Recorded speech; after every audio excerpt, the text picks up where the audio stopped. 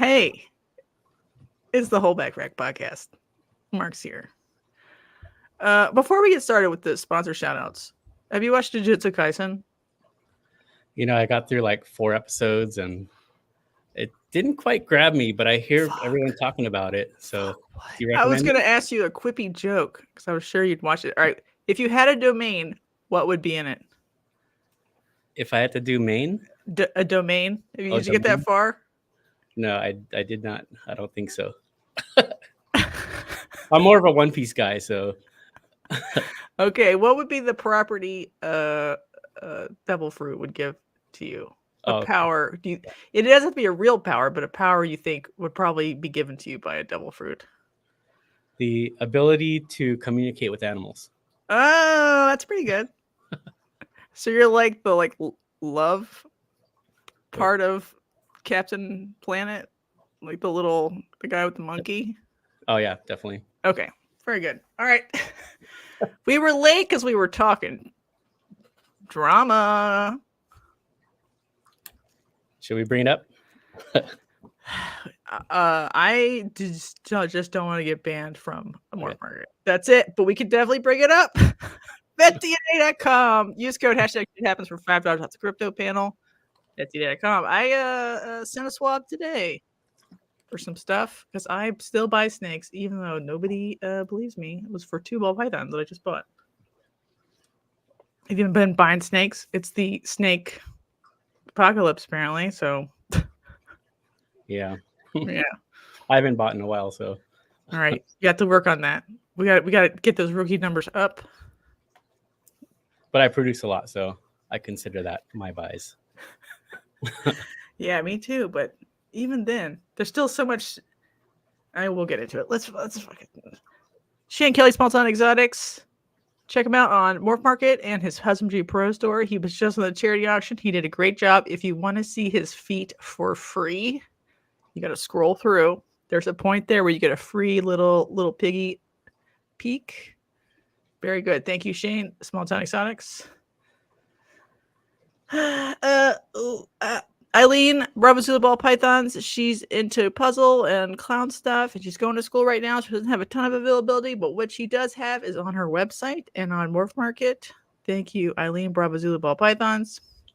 If you want to know how she thought Tinley went, you have to be a member because we did the post Tinley wrap up on the member live on Monday. Bet y'all didn't know there was member lives. Now you know. Justin Brill, Stoneage Ball Pythons. He's in the Pacific Northwest breeding clown pied combo stuff. I think he has a banana clown pied clutch coming up very soon. So check him out on Morph Market or at a Pacific Northwest show. And then Andrew, Powerhouse Pythons. He's a Gopher Cocoa distributor. He does ball pythons, lab geckos, rodents, and other fun stuff. He'll be at Hillsboro, and I bet Justin will too, I forget, on October 19th. And he'll also be on a regular auction, not a charity auction, on November 9th with him and Anthony from Reptile Creations. And then Gray Family Snakes. There are like VPI, DG, Xanthic, Pied family from Alabama. They have lots of stuff availability-wise on Morph Market right now also. I don't know their show schedule. Probably, I don't know. Check them out on Morph Market, though. Thank you. And then Chris Reptilia, he was also on the Post Tinley show. He talked about sales for weird stuff. And so if you want to hear from that, I think he'll be on Warful's Roundtable this Sunday. Is that right? Am I making that up? It's hard to keep track of these people. There's so many. He has locality boas, pied snakes, bull snakes, ball pythons, blood pythons, and little baby Taramaras, which is very reasonably priced. So if you want a little cute snake, check out Chris at BS Reptilia. All right, we're back. I did it. I struggled a little bit, but I did it. And Eric's here. He's blessed us with his presence. Okay, I guess if we don't mention the name, it'll be fine. Yeah, I've got an anime question for you before we go on. Okay, go ahead. So I've noticed that your email was DBZ chick. Yikes. Do you recommend that? Haven't watched any Dragon Ball Z's, and shame on me for that. Any of them? Do you recommend the new? Is it Daima? I haven't watched very much of it. Does that make me a bad fan? That email is from 2001 or maybe 2. Wow. That's why it's at msn.com. You're a middle schooler back then, huh? Or something? Yeah, that was so cool. I don't know. You ever like everything I liked when I was 15, I think is permanently stuck. What do you think of that theory? Yeah. It's Like it might be different variations of new things, but it's still the same stuff. Yeah. Sorry.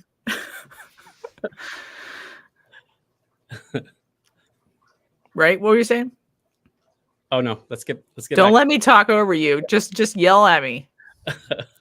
No, yeah, I still think about the cultural significance of my high school life as well, but right, it's like permanent damage in a good way, maybe sometimes, or just real actual damage. And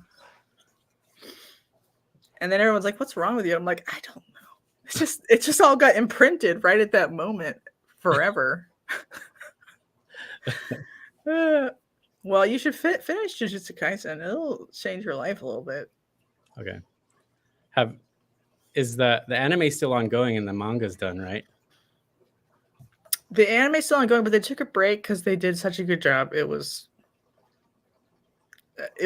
like too good. I was like, you all need a year break. So the studio like took off. I don't know. I was very impressed. I don't know what's going on anymore, but you know, Kakashi has to step up his game. You know,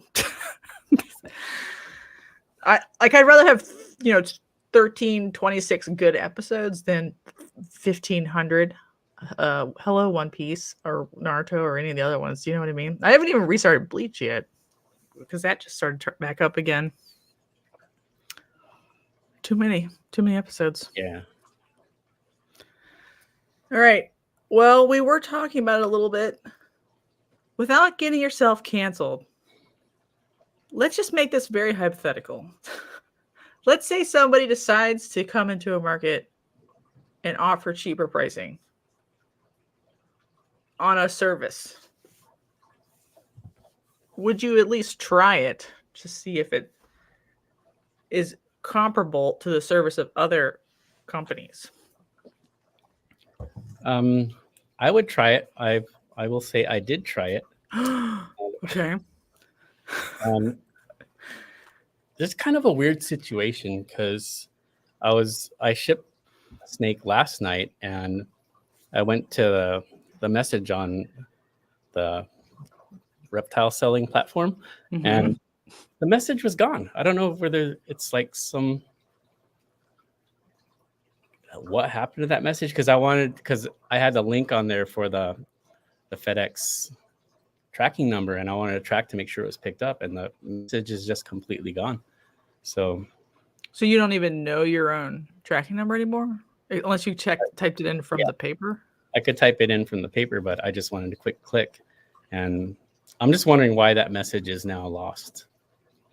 And is the reptile marketplace using the messaging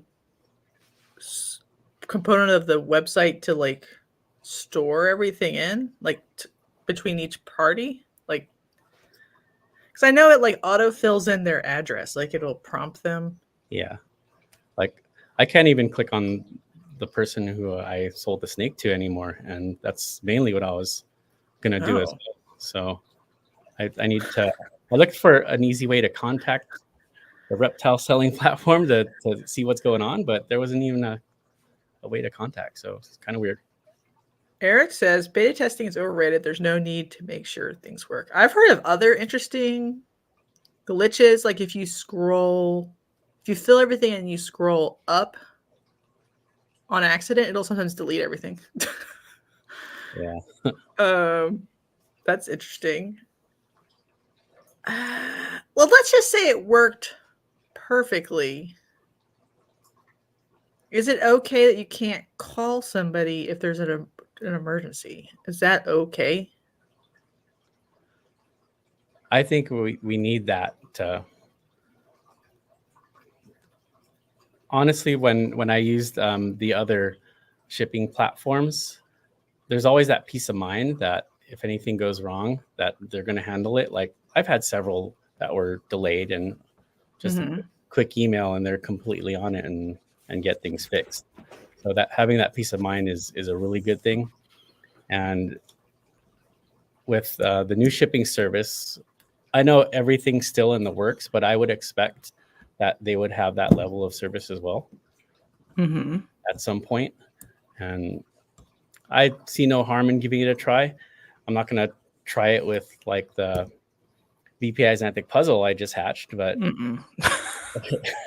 it was something I threw up on auction and had no problem trying. So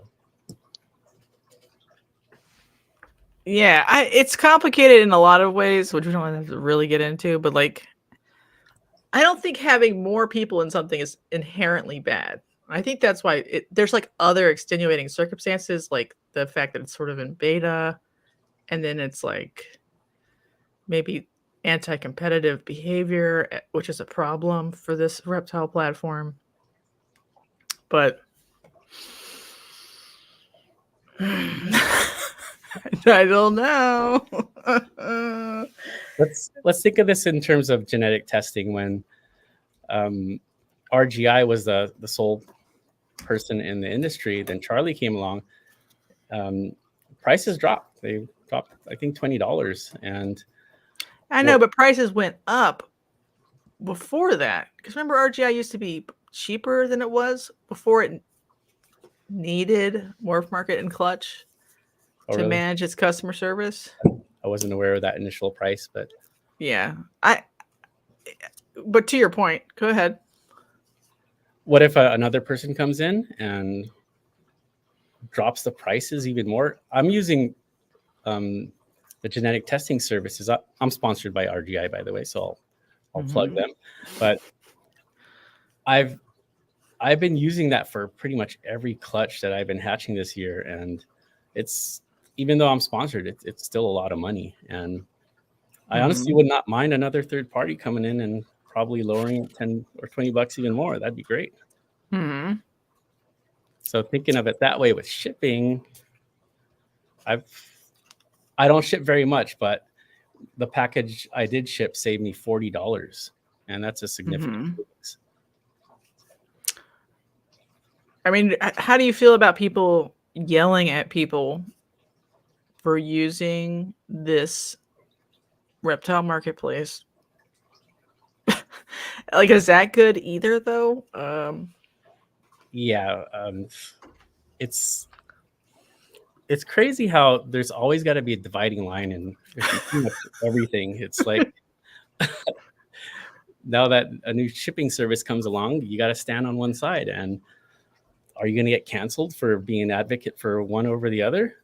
And seeing how passionate some of these sponsors are for their particular shipping, I don't want to shout out, hey, I'm using this shipping, because they've got such a powerful following that is that going to get me canceled or something? It's dumb to want to be in business with someone, like use their service, if you think that they have good moral character, even if they're more expensive. Is that like just stupid, like bad for business? Or is that like good because you're supporting people you have like an alignment of ethos with? If you're selling a significant amount, then I can see that sticking with one over the other. But for someone like me who's small and shipping here and there, I got to go for the best price. And do you think someone could win? Do you think that's what they have to like win, price fight each other for a while to win a mark over? I would, if the other competing competitor lowers their prices, and even if it's still higher than the other, I really love how Redline does theirs. Their website, everything. It's just so easy. Mhm. And if it's $20 more, I would go with that service. But if you're looking at $30, $40, $50 more, I might have to go with the cheaper service. Okay. Yeah. Eric's making a Temu joke. And Jennifer says, I don't understand the drama. This is capitalism. Somebody comes along and tries to do it better, cheaper, for with your dollar. If it sucks, don't use it. Right. I think that's the question. Like my problem now is like, I don't mind the price I pay currently. I don't get like top rates from anybody. Just trust me. Cause I do sell a lot of shit at shows, to be honest. But I'm worried that my customers are going to be like, I can check the price on Morph Market shipping. So why are you asking 65 when I think it should be 45? Because I just checked our two respective zip codes, and I'm like, sorry, I don't use Morph Market. And they're like, why? Oops, the reptile marketplace. And they're like, why? And I'm like, because I just don't want to, or whatever the reason is for why. And then I lose sales because there's like there's a competition based on shipping price. So I sat down with my husband like a couple days ago. I'm like, should I like artificially change my shipping price and like pad my like animal price only for animals on that platform, just so it looks like I'm using cheaper shipping? Does that make sense? Yeah, those are the little things you have to do to try to win over your customers. Like with shipping out of California is crazy, and shipping into California, it's basically $100 to ship anywhere that's not a neighboring state. And I used to always just list at 65, 70 and just eat that shipping. And if you auction, hope that it bids up enough to actually make a little bit of money off of it. But from what I've experienced with auctions so far, it was never really worth it for me to offer that low shipping. So these last snakes that I sold, since they were adults, I did put over $100 for shipping. I was lucky that people did bid on that still. And one ended up picking it up for me, so they didn't have to pay shipping at all.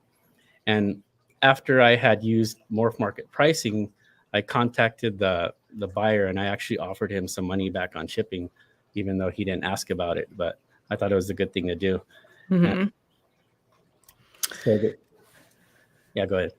Yeah, no, I'm agreeing. Yeah, I think if you do choose to use that service and you say $40, easy, you can send it back. Who cares? That's good. I just like, I don't know. It makes it harder. Like I've been like really resistant to do like flat rate shipping in general because I think it hurts some people and helps other people, and on average hurts the seller. Like, you know, because if you do 65, you know, it covers some of the time, but most of the time you're losing 10. And it's all been a race to the bottom all over Morph Market anyway, price wise anyway. So it's not like you're getting top dollar anyway to cover it. Yeah. And if you include shipping, that messes everything up because people don't value it the same. You know what I mean? They're like, I don't know. And so like none of it has made any sense for a while to me. So I need your guidance. What should I do with my life?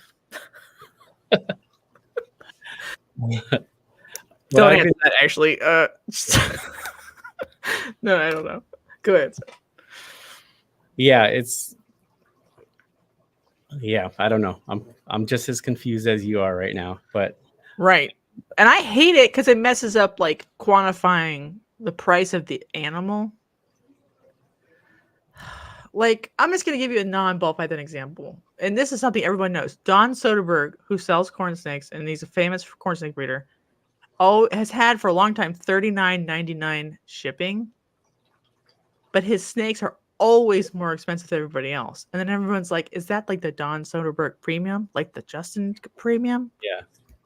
Or is he just subsidizing all of the shipping to make it look better? And then I'm like, but he 100% does not do a multi-snake discount. If you're like, hey, put 4 of those in a box because they fit easy. And I'm like, I don't want to do the subsidized shipping on 4 snake price and call it like the Don Soderberg tax. I would rather just have an honest pricing with honest shipping cost for the honest amount of snakes in the box. It feels like games. I don't like games, Mark. Yeah, and it's crazy because everybody has different prices on shipping. You're going to see $125. You're going to see free shipping, and you have to decide where you belong on that, and it's confusing. So Carissa thought about adding 100 and saying free shipping, which was something that was being promoted for a long time, which has largely fallen away. Most people don't do it anymore at all, listing wise. There's some like legacy listings that do it. And Eric said he tried and then he just quit because it makes the animal look more expensive. Yeah, I've currently got a butter double het hypo DG 66% possible het genetic stripe, and I did the free shipping label, and it's kind of hard. It's a female. It's kind of hard in this market to determine the price on that snake. Initially I put $250. I think that's a great price for that, but maybe that's my mindset last year or 2 years ago, and got no bites. I put it on sale for $200 now, and still not any interest. So I might have to go up on auction just to see if I could move it out of my racks. How old does a listing have to be for you to consider putting it on sale? I only had it up a couple of weeks before I put it on sale. Oh, that's not very long. Yeah, because I kind of want to move it out of my rack right now. Okay. And I'm thinking after that sale ends, I'm probably going to put it up on auction. It's not like a big snake by any means, but just one of those things you have to move out.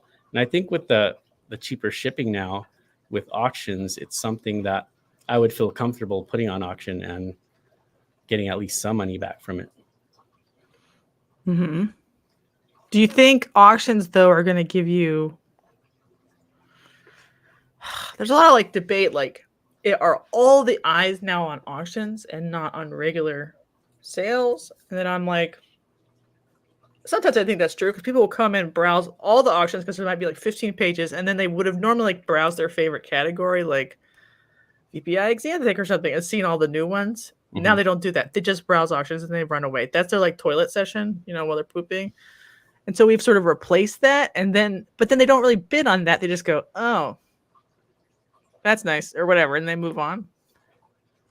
Is that what you feel like's happening? Yeah, definitely.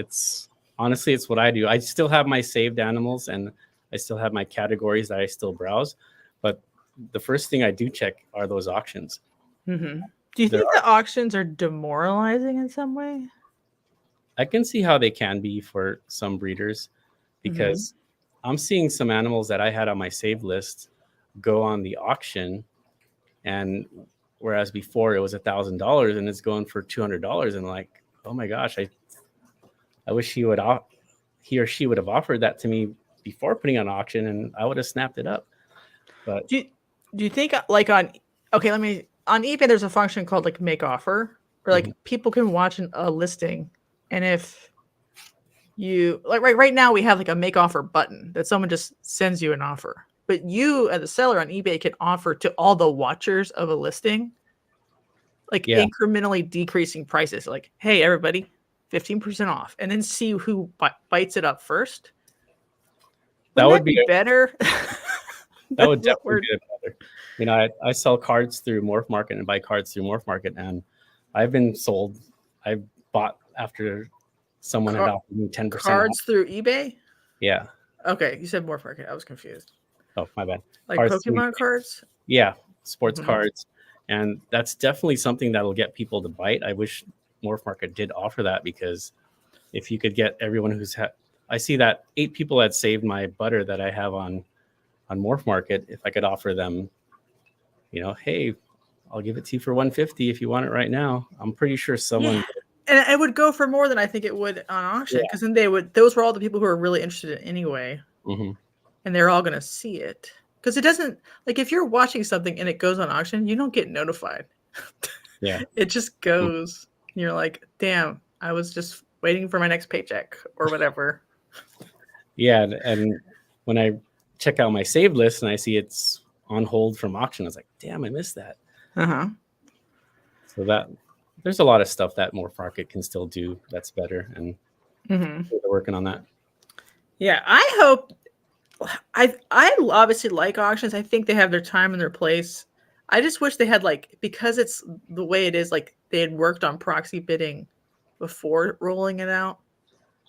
Because I think that would help also, because people don't want to. I've had people be like, I don't go to Warframe auctions anymore because I can't wait around at the end to the 5-minute game. And I'm like, yeah, that's what proxy bidding's for. You know? Maybe that, and I know he's working on it. That would be helpful, I think, to get the price better supported and people don't just give up from fatigue. Jennifer says that would more accurately give you a market price than the auction. The auctions to me feel like 50% of retail in the best case, not the best case scenario, but like most scenarios. And then best case scenario is like 80% retail. But then if you're like, this is 20% retail, sometimes I'm like, maybe your retail number is wrong and you just don't know it yet. What do you think of that theory? Yeah. I think things are going way too cheap on auctions, and I'm thinking like 25% of retail in some cases. And there's some that don't even get bought, even though they're at a significant decrease in price. Mm-hmm. So, right, there's too many deals. Yeah. And I think a lot of people are more attracted to that and will only stick to auctions as opposed to searching whatever they need to. Imagine if auctions were there during the COVID boom, when myself was just buying like crazy. I would have been just all over that. And there's always new people coming into the hobby, and I think they see that and stick primarily to that. So usually there's like social peer pressure against auctions during a bull market, because even if they are well attended and well supported, they still are never as high as what retail is, where you like make people wait and buy it at X price. I mean, sometimes they can go nuts and go way above retail, but I mean, you're an eBay seller. Don't you prefer like buy it now listings for cards than putting a card on auction? I haven't used an auction yet on eBay. I just do the buy it now. Yeah. Kenny says, be patient. I know, but like the market is reacting to what's happening now. And sometimes I'm like, some of the animals that I used to think would be a good auction item, like, you know, like a banana cinnamon male, it won't even get a bid on a Morph Market auction. And I'm like, if you took that to a show, it would go for $200 in the right markets, because the right person is there. But a totally different set of people is on a Morph Market auction. What are you thinking about that? Yeah, totally true.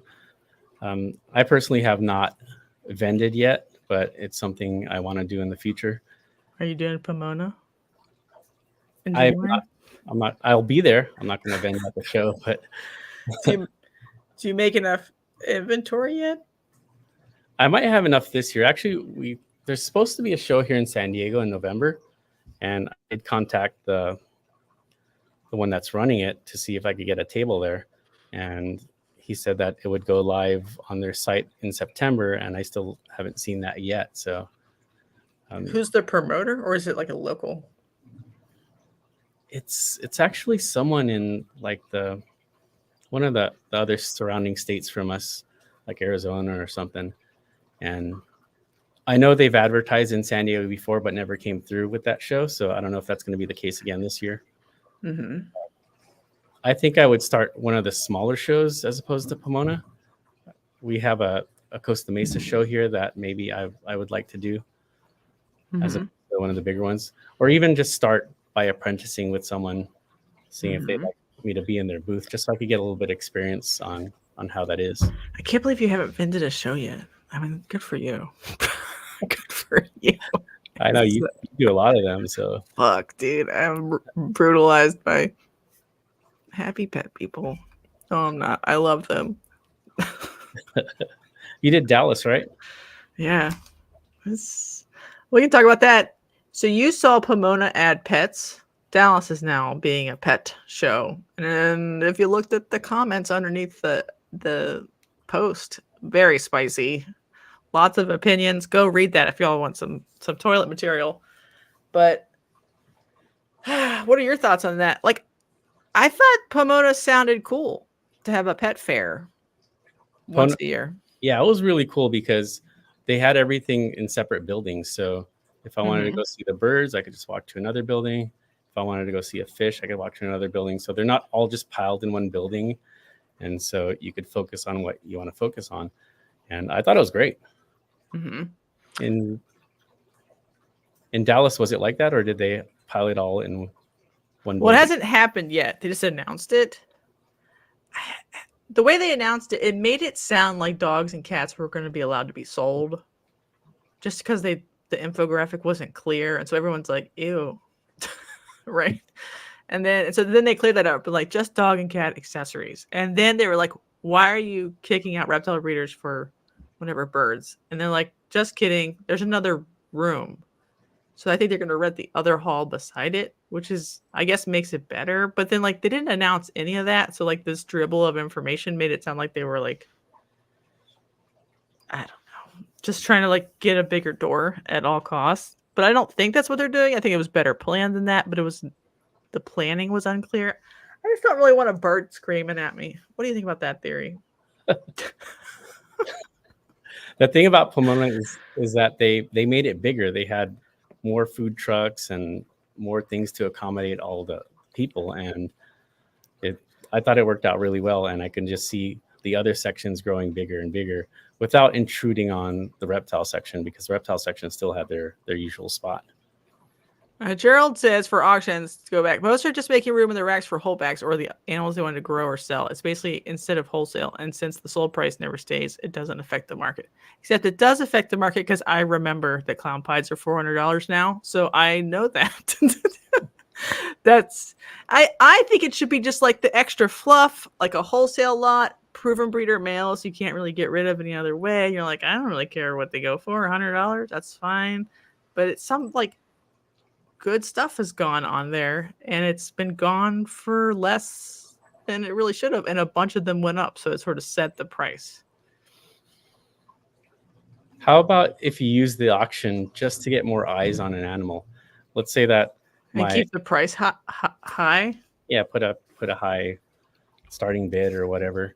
And I noticed that the animals that I put on there, the number of likes and the number of saves went up significantly. And newsflash for the people out there, I have for sale a Fire VPI Xanthic puzzle, and that's like a big ticket item right there. And I don't think I'll have a problem selling it, but what if I threw it up on auction just to show it off and not expect it to sell there and just get more eyes on it? I think that might be. I think it would get more eyes on it. There's like a very weird aggressive relationship with people who people are like, why would that person post that for that price? They know it's not going to get any bids. Why are they so stupid? I literally heard people say that, and I think that they don't understand that that's another option. So then do you want to look stupid to those kind of people? Right. Sorry.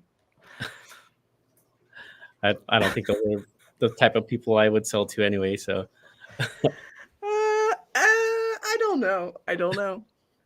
No, I wanted people like post the whole clutch up, have the chase animal stay in like a retail space, but post like the double het male in the auction and post a picture of like the other one in it. It's like, this is the sibling if you want to make it. And like, and so there's like a sales funnel. Mm-hmm. What do you think about that? And then nobody thinks you're stupid. Yeah.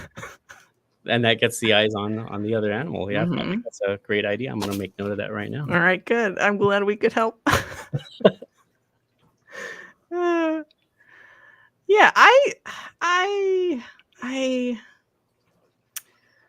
eventually the market will turn, and there will be enough collective peer pressure against most kinds of auctions again that they will dry up like a prune wither away like they did last time.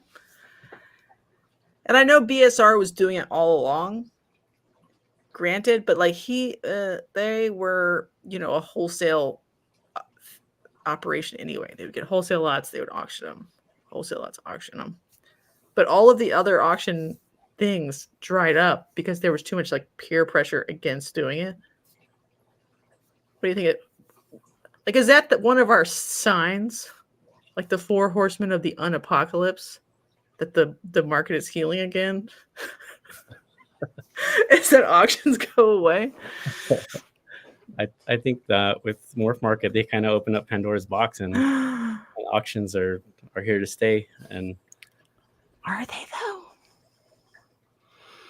They don't have to be. They can just not do them. You know what I mean? Yeah, but Morph Market gets money on those, right? Yeah, if you buy the extra ones. And their bottom line is to make money, so I don't think they would get rid of those auctions. Do you think eBay would ever get rid of auctions? No, that's their. I know, but it's almost like they're an auctions website in name only. They're more like a used good platform. Really? So they could exist. I don't know.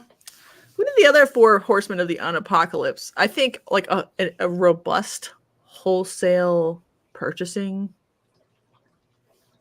by wholesale people, like pet stores. That would be a good sign that like things are okay. Because it's still not really. That's why people need auctions, because they need something to do with their wholesale, like Aaron is mentioning. Because you used to be able to be like, okay, bye. Here's 10. Bye. Ship them to Northwest Zoological. Bye. How about the other side of the coin, where some of the big breeders who make these $1,000 animals all day, throw them up on auction and get $200-$300 for them? They're still making a ton of money, and they're clearing out their racks of that. And what do you think of that model business? Yeah, the hard part is their slop is our like bread and butter, like the stuff that we would need to sell to at something like retail price to be able to feed the rest of the collection, move it forward. And I think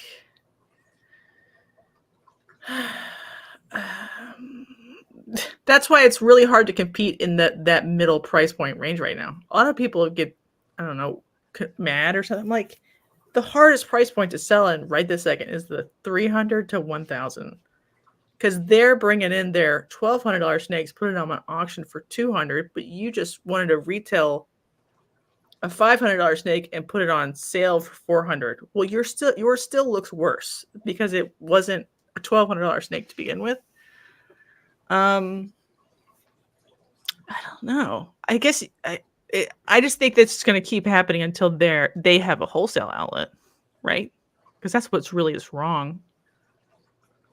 And that just means like our stuff, the stuff that we make in that price point, a lot of it I have to take elsewhere. Like I have to take it to a show and be like, this is $300. And they're like, okay, sure it is.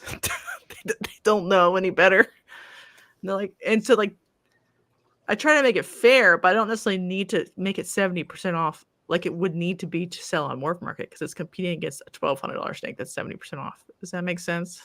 Yeah. Okay. Yeah. Well, I mean, how many clutches a year do you make currently? I do about a dozen a year. Okay. All I could handle. And you're mostly selling on Morph Market, and you give like the slop to the kids at school? Yeah. Anybody want a double head? Pretty much. Although this year I did find a pet store that will take some of my snakes. So very good. Excellent. Yeah, I think the bigger breeders won't need to do that whenever their wholesaler opens back up. Because I know bigger breeders that will wholesale everything under $1,000. They just send it all to a wholesaler. They don't actually want to retail any of it. And they're still full. They don't want whatever. I think he turned it back on, buying extra auctions. He did for a little bit, but he turned it back on because I guess he thought it was fine. Do you think people should be allowed to buy 10 extra auctions? I think they should cap it at some, because it's a little discouraging seeing these big time breeders put up all their auctions and then you put yours up against them, and buyers are gonna have their eyes those ways. Yeah, like a lot of the stuff is like hard to compete, right? Like if it's like a visual double het for $200 female clown, why would anybody want your regular one codom clown? Mm-hmm. Why would they want that? Oh fuck! And then Christopher says, "My husband, in order for the market to turn, a number of sellers would have to drop out. Your staying in the market is directly preventing it from turning. Think about that." Well, Christopher, the idea would be to endure, persist through it. Like the market doesn't necessarily have to contract in terms of number of sellers for it to turn. You could get more buyers also. What about that, Mark? Man, just seeing how many people have dropped out, and some names like blew my mind that they're gone. And at times I think that that's good for me because there's less competition out there. But then people dropping out, those are the people who would buy snakes. So Mm-hmm. I'm glad that people are dropping out. I don't know if I should say that, but seeing the numbers on Morph Market go from 60,000 a year ago to now just a little under 40,000, it's still a significant amount out there. So Mm-hmm. I wouldn't be hurt at all if more people dropped out, as far as my feelings. The hard part is like, some of them need to, but like the best of them are the ones that drop out sometimes, and I'm like, ugh. Yeah. Like ethical, nice, happy pet. They just want to have 10 clutches a year that they take care of to the highest level, and they want to give them a happy home. And you're like, you should have stayed in because you don't want a volume breed or whatever, and you want to educate the shit out of some pet buyer. Oh God, please stay in. It's not nice. Yeah, listen, the live auctions are special. They're different. Because, not that many people watch a live auction. But everybody sees clown pies $400. Saying. And you could watch the, listed price respond to the auction price pretty much right away. So, not that, every auction price changes listed pricing, but if there's a lot of them, a quorum, you've hit the quorum, everyone knows what the price is now. That's my opinion, though. I think something that needs to happen probably also is that if people had taken more time off in terms of more reduction in breeding, I know it's really unpopular to say that because everyone says they're going to reduce and then none of them do reduce. And then they're all like, I got to get ahead anyway. But if everyone had reduced, it would have been fine sooner. I'm currently in the reduction phase myself. Mm-hmm. And after being in for 4 years, the first few years I just saved a bunch of things, and now I'm at the point where I'm falling out of love with some projects and realizing that they're just taking up rack space, and I'd rather focus on other projects. And I think for a lot of people that got out, if they had maybe reduced a little bit sooner, mm-hmm. that might have prevented them from going out, because that's one of the hard things is you don't realize that by making these babies, you got to take care of all those babies, and the ones that you want to keep back, they got to be fed and everything. And it can be overwhelming at a point if you don't move them out of your racks. And so I'm starting to move out some of my older ones and quickly moving out the babies that I produced this year. Do you think, well, what are some things you're thinking about moving on from project wise? I don't want to make anyone mad out there, but pieds, I'm out of pieds. And I don't know if I'm going to continue with the Ultramels, but I do have in 2025 some Ultramel clown clutches coming up. But I'm not really in love with Ultramels. I kind of bought into the hype that other breeders were pumping out on Ultramels. Mm-hmm. But Ultramels, pieds, those are the two main ones that I think I'll be getting out of. What about monsoon pied though? I kept my double het monsoon pieds, and I'm just gonna see how the monsoon pied turns out, and if it continues showing poorly like it has, then I'll just use those as het monsoons. Yeah, they're a little bit underwhelming, and I know they were blaming it on pastel. Do you think it's going to be still maybe a little bit underwhelming? I mean, at first I thought, man, this is going to be the craziest looking snake, but I think even just a straight up monsoon pied might be underwhelming. Pied tends to just kill pattern, and I think that's what might happen with the monsoon pied. That's kind of why I'm getting out of pieds, because I like to have pattern in my snakes. Mm-hmm. I mean, we had that one. Who was it? Brock's, but it was like almost all white. Yeah. It's just unfortunate because like maybe it would have had more. I just suspect it'll just look like a pin pied. It'll be just like little dinkly things, and it's fine, you know. Aaron's never going to reduce, he says. I think sometimes it's good to reduce because then you could like spend some time enjoying the ones you have and like slowing down the burnout train a little bit for a while and be like, oh yeah, I'm really passionate about this, and then like you could expand again later. I went through that initial phase like many buyers do, and just like, oh my gosh, that looks so cool, I'm gonna get that, I'm gonna get that, I'm gonna get that. And then now I'm realizing that, you know, you can't work with everything, and just gotta work with what you really, really love. Mm-hmm. What do you really love these days, Mark?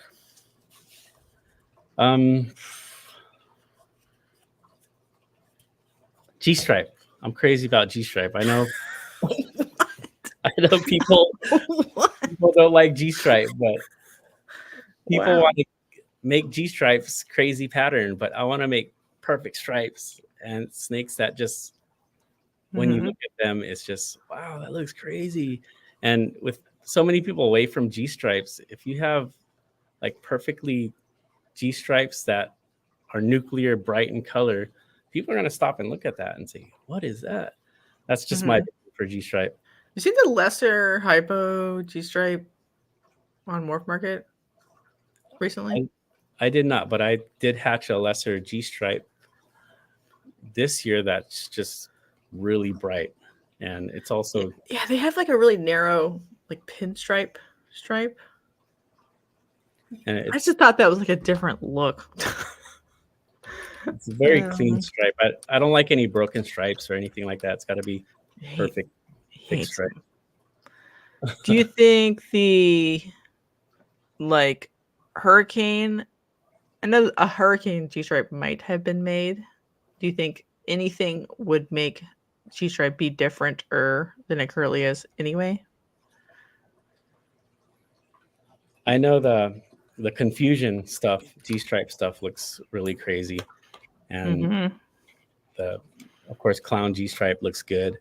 But again, I just want to go with the perfect stripe and not break anything up, and just add different layers of color onto that. And I know it's not everybody's cup of tea, but that's kind of what I envision with that. Let me just present. I don't know, there's something about having like narrow pinstripes that I like also. Like I like that when the stripes are big, but sometimes when they're pinned, I'm also into that a little bit. Not that I have any G-stripe at all. That's a beautiful animal. Yeah. I know. But of course, another big thing is puzzle. Puzzle's a big part of my collection here.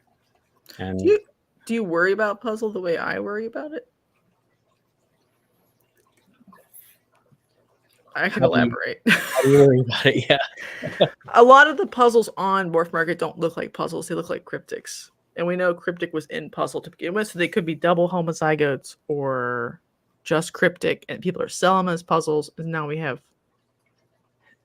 things that were sold as hets that might be het for both, but might be het for neither, or just het for cryptic. What do you think about that conundrum? Yeah, and then you got like the weirdo stuff, and who knows what that is. Mm-hmm. But yeah, I agree, because cryptic looks very, very much like puzzle, and Mm-hmm. that thick eye bands, which puzzles and kryptons are known for. But I could see that worry, and it's not going to stop me from working with it. Mine is yours looks like a puzzle, so congratulations. Thanks, because some that I hatched last year were more of the stripey type puzzles, Mm-hmm. but I thought they were really cool still. But I'm going to continue plugging away. Yeah, they are cool. It's a little sus when, like, there was a couple of cryptics I almost bought last year. They were all like 66 het puzzles. So someone had hit cryptic in a puzzle to puzzle, het puzzle to het puzzle clutch, and been able to identify them separately. And I was like, oh no. The plot thickens. Because sometimes in some combos it's all nearly identical, basically. And the question is, puzzle different enough from cryptic to work on? Mm-hmm. I am mostly a cryptic krypton girly at this point. Sort of, because like I like the puzzle look, but I already have 18 trillion clowns. So like, why not just krypton them instead of puzzling separately? Because you can't puzzle clown, apparently. It doesn't really make a difference. Do you think that's going to hurt puzzle or help puzzle to have it not clown? I think puzzle has such a loyal following to it, and it's up to those people who do that to present puzzle in a manner that it's different and more unique than others. And there's so much still to be done with it, with just adding incomplete dominance, that I think we haven't seen puzzle to its full potential yet. Mm-hmm. I like it when puzzle doesn't look like the same combo in Krypton. Then that sort of proves that it's worth working separately. And so there's some that it does that too. Like the Bell complex look different in puzzle than they do in Krypton. I don't know. All right, Lisa asks, do you like Ultramel G stripes? Yeah, Ultramel G stripes are gorgeous, and I considered going in that direction, but again, I kind of want to get out of Ultramel. So it's just a project that will take up an entire rack, and I don't have the space for that or time. I don't know if it's about like not going anywhere. It's about I don't know. Like things move faster than the animals born can raise up and be bred. Like the generation time is not actually enough time for the whole market sentiment to shift 3 times. That part's a little bit exhausting for me. So like there could be a whole new shift in the next 2 years before you even bred anything. Anyway. It's away from. Go ahead. It's funny how some morphs can be trendy, right? And yet it can take several years to establish it. Like, seems like everybody's getting into paint now, and it seems to be a trendy morph. Mm-hmm.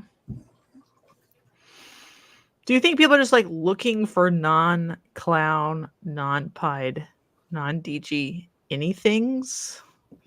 Yeah, basically. we're always trying to look for the next big combo right before Justin shows it off, and I can see people going to some obscure morph and trying to work with that and see if they could bring out anything really cool with it.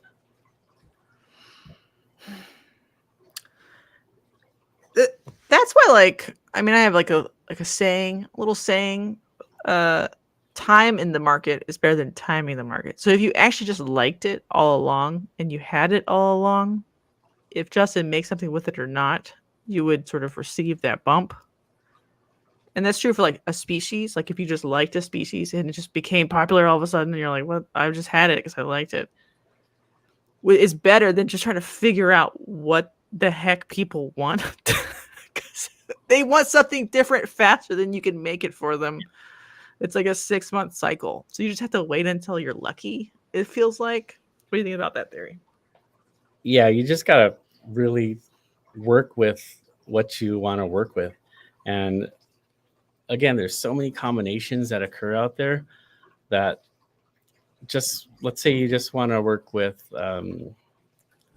confusion. You're going to make some crazy stuff with confusion, no matter what you add to it. And people tend to try to move on to other things. They want to get those quad hit or quad visuals and penta visuals, and that's just going to take way too long. And just try to focus on certain things, small things, and go from there. That's what I'm trying to do with my projects. So you're not going out and buying a quad male to run to everything to make everything visual triple hit to keep up with something right now currently, Mark? I mean, I've done that, and I've realized my mistake in doing that, and that, oh my gosh, it's going to take years. I'm sitting on some triple hets in the rack that I'm not sure if I'm going to continue with that project, because I want to focus more on just smaller things. And yeah, I had that problem this year. I'm like, I have various triple females, and I'm like, I'm not sure they'll actually be worth anything in 3 years, like to even be worth breeding, because like that triple visual may actually become so common it'll be like $1,000. So why would I like make the odds? Just like a double het clown pied female is today. Like who? That's not enough. yeah, It needs to be something else going on. So now, yeah, there's a lot. I don't think people knew this 2 years ago when everyone's like, yeah, everybody should be doing double, triple recessives and put codons in it. Everyone said that, and then everybody did it. But then when you start doing it, you're like, oh, might as well just wait for somebody else to hit it, and then you work on something else. And then you could buy the maybe triple male later. I don't know. What do you think of that? do you think we're headed towards ball pythons being corn snakes? I know corn snakes can have 1,000 genes in them, and in such a short generation. But yes. I mean, think of all the things I sell. Yeah. Every pastel male on my table for $40 is a triple het already. Right. I just don't tell anybody what's in it, but it is, because I don't breed like codom to codom for fun, right? But I also don't like pretend like that animal is valuable. You know what I mean? It's not. It's already happened. I've kind of shifted my mindset from going for stacking as many recessives as you can to just making the best of something, like let's say chocolate spot nose clowns, dark nights. People make that and they want to move on from that and add other things into it, but why not focus on making like the best dark nights and having hypo dark nights and stuff like that? And that's going to be my mindset going forward, is just making the best of something. Do you think if someone else had hit a Dark Knight, it could have had the name Dark Knight and been popular? Yeah, that name is synonymous with its popularity, the Batman, the Dark Knight, that whole line of animals. Right, but if someone else had did it first, would it have A, been allowed to have a name, and B, been recognized even as cool? I think it looks so great that I know, but like the other weird stuff has happened, and like, are we coming with the nanny Carnage thing here? oh fuck, are you on Team Carnage? No, I'm Team Nanny on that one. But I'm on Team Don't confuse people any extra, which means stay with the original name even if it's dumb. What do you think of that? what do you think about people naming those combos like Dark Knight? Should they just call it Chocolate Spot Nose Clown or come up with names for that?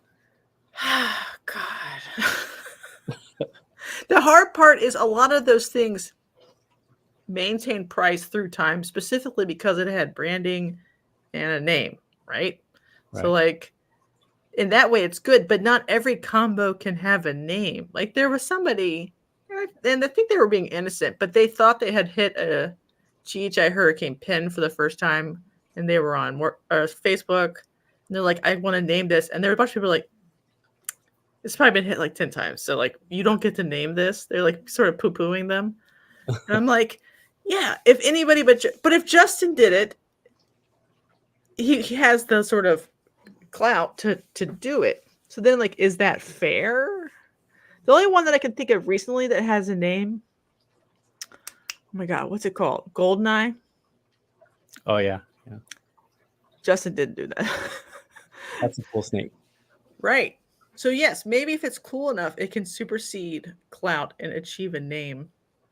But like, should the Goldeneye have had a name? How about DJ's Aquaterra? Do you know what makes that? That's combo? the worst name, DJ. I don't even know what's in the Aquaterra. I just know Aquaterra. It's Black Xanthic Hypo DG, and his is like the spot nose version. Okay. It is the worst name, DJ. He's very nice person. But I was like, what does this have to do with water and land? Do you like it? I didn't like the name either. Aquaterra. Okay, good.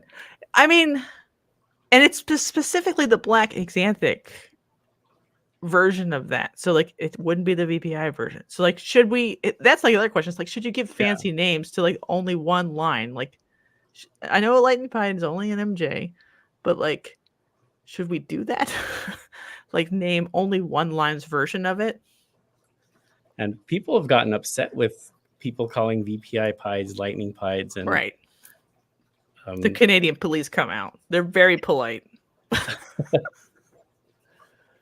So like, I don't know. Yeah, you could like pontificate whether that's a good idea. The other problem, this is like a BOA problem, is when each lineage variant gets its own name, it starts to become like a real pain in the ass. Like VP or so call albino and is snow, and when it's with hypo, it's moon glow, but only when it's call. When it's sharp, it reverts to snow glow. And then there's Arctic glow.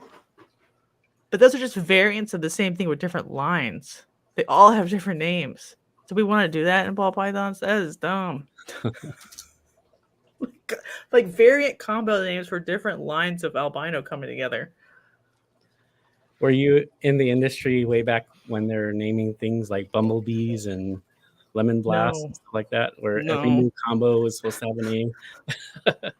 That was when, I mean, that happens early on because you don't have that much. So to get each one hyped, it's fine. Because like all of the corn snake variants have names too, which is what all of this is based off of. So we have a snow, a blizzard, an avalanche, or whatever. So that's every line plus albino plus every line of anarchy too.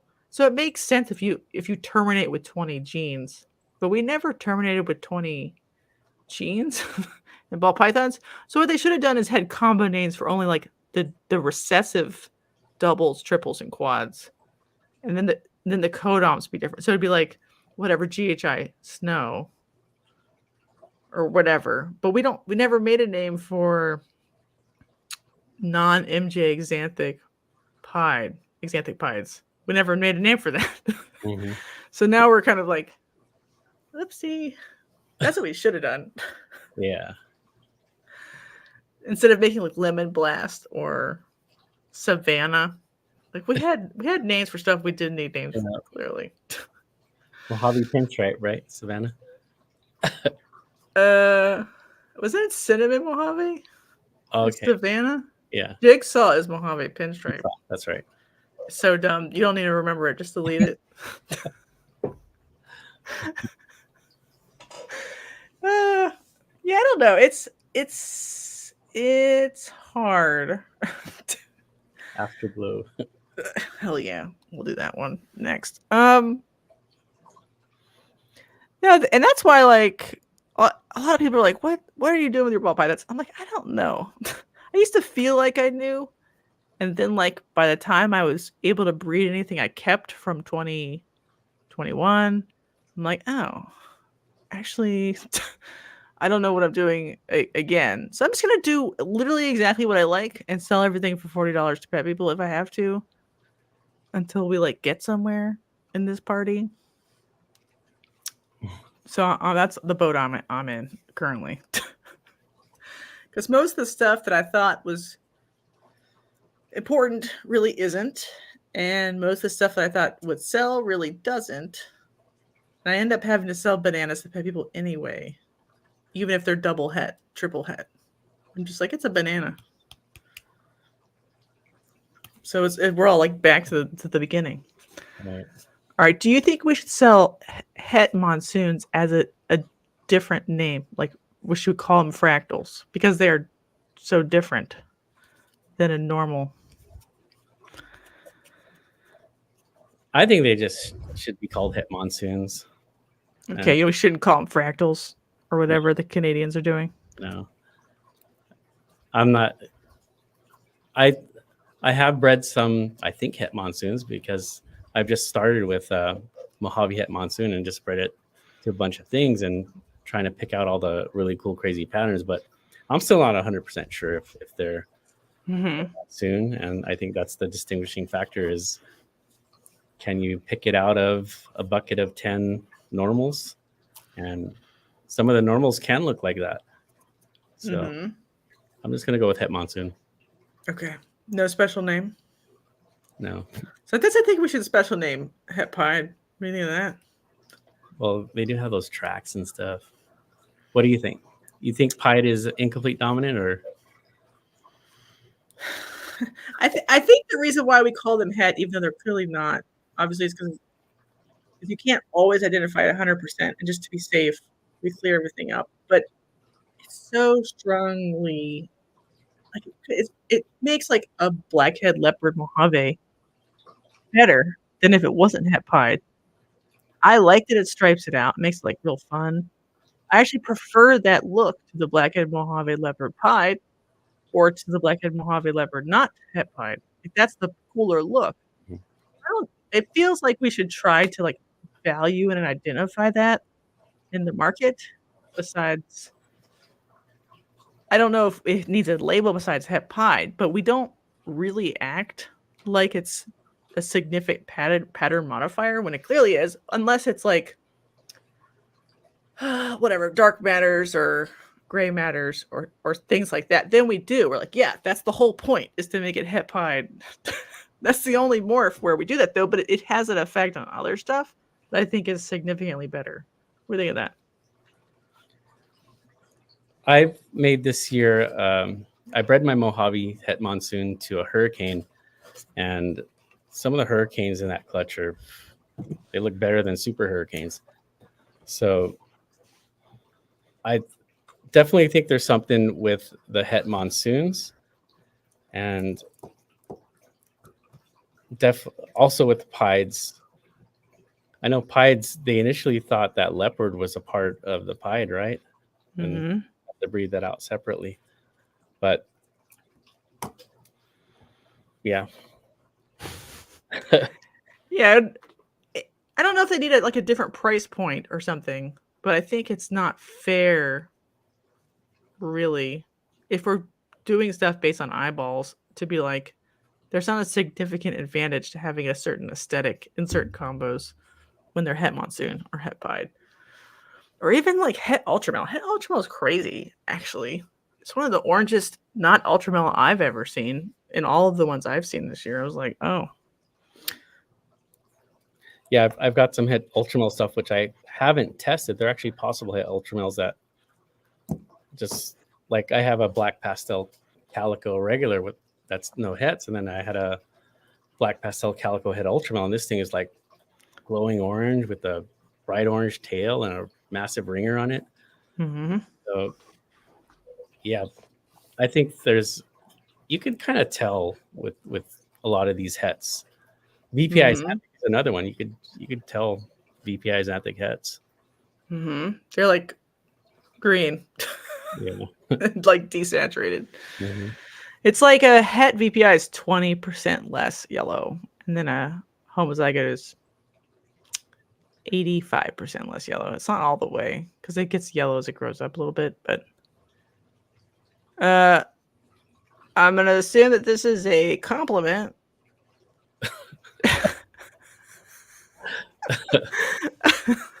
My girlfriend's watching, so be careful. Uh-oh. Swinger party. Call them up later. What's up, Pauline, if you're watching? Hi, girlfriend. We're just kidding. Well, are you from Hawaii originally? I'm Filipino. So. Directly second gen, third gen, fourth gen? My dad was half American, half Filipino. My mom's full Filipino, so. Mm-hmm. You're from California. Have you been to a night market? Can we have reptile night markets? Is it possible? What do you think? What do you mean by night market? I'm talking food trucks, but it's at night near the reptile show, and it's from like 4 to 11, and you hang out, you eat dinner, and then you go and maybe get a tattoo, and you go in and you buy a snake. Is that crazy? That sounds awesome. I would totally do that. Night market. And California with our weather, it's perfect for that. Yeah, I mean, you have them anyway, and they'll do like whatever Lumpia Fest or whatever parties. But you also attach it to a reptile show at the same time. That sounds awesome. Let's go. That's what I don't know.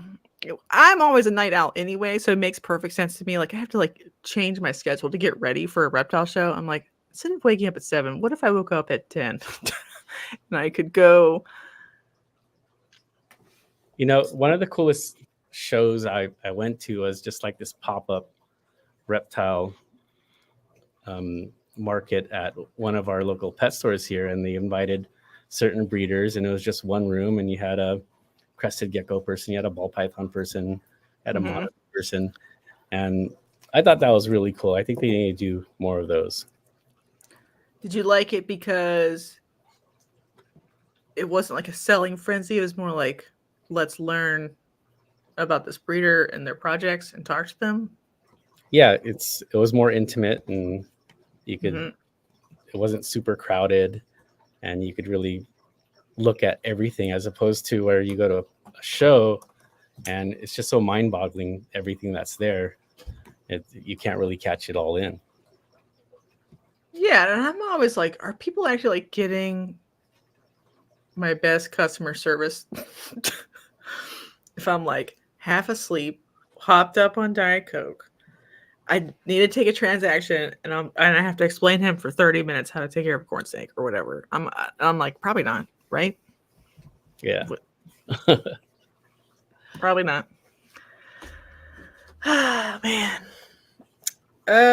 Did you watch the Snake Discovery episode that went up where she got her stuff stolen out of the back of the car at the Sacramento reptile show? Oh my gosh, no. And a bunch of stuff stolen off her table, and I'm like, what the fuck? Oh man. Is it bedlam in California? That's what I want to know. Tell me. Yeah. Is there rioting in the streets? Who would steal poor Snake Discovery's adoption leopard gecko off of her table? Oh my That's God. $20. Californians. I was like, oh, I've been Pomona. Then I'm like, maybe not. I realized they're different cities, but then I'm like, I don't know now. What the fuck? Who steals a $20 adoption leopard gecko?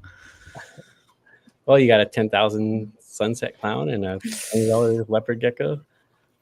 Did you get a lot of heat for that episode? No, I got a lot of views, which was all right, good. But not a lot of heat. No. Okay, good. Are you still doing it? Are you taking a break? Or are you coming back? Taking a break from the man. Compliments to you podcasters. It's such hard work to do these, and I did it for a little bit, and I'm probably not going to do the weekly thing anymore. Maybe like once a month or once a quarter or something like that. But I'm not totally out of it. Do you still want your? I can't remember his name right now. Jason. Jason. I was trying to call him Randall, and I'm like, no, because he's rad ass designs. Yeah. And then I don't know. And then I was thinking of Design Creations, and his name's Randy, not Randall. Sorry, Jason. You still want to do it with Jason? Yeah. Or Jason too? Jason, because I don't talk much, and Jason talks a lot, so I think I do the PowerPoints, he does the talking, and honestly, I modeled it after you and Jana. Yeah, I know. I can tell. Speaking of which, Jana, you never told. I'm sure you told people about what happened to her. Is it too soon to talk about that, or? I talked about it on like the member live. It's just like drama, so it doesn't really matter. The point is basically she left the hobby basically all at once, and I don't know. She tried to like nerf everything, also at the same time, and I'm like, no, actually. So that's why she ran away. Okay. It wasn't like, I don't know, anybody slept with anybody's man or we were fighting. But she's completely out. I don't know 100% what's happening, but basically, yes. She could still have animals. Nobody even knows. That's how, like, goodbye, how much goodbye there was at that moment.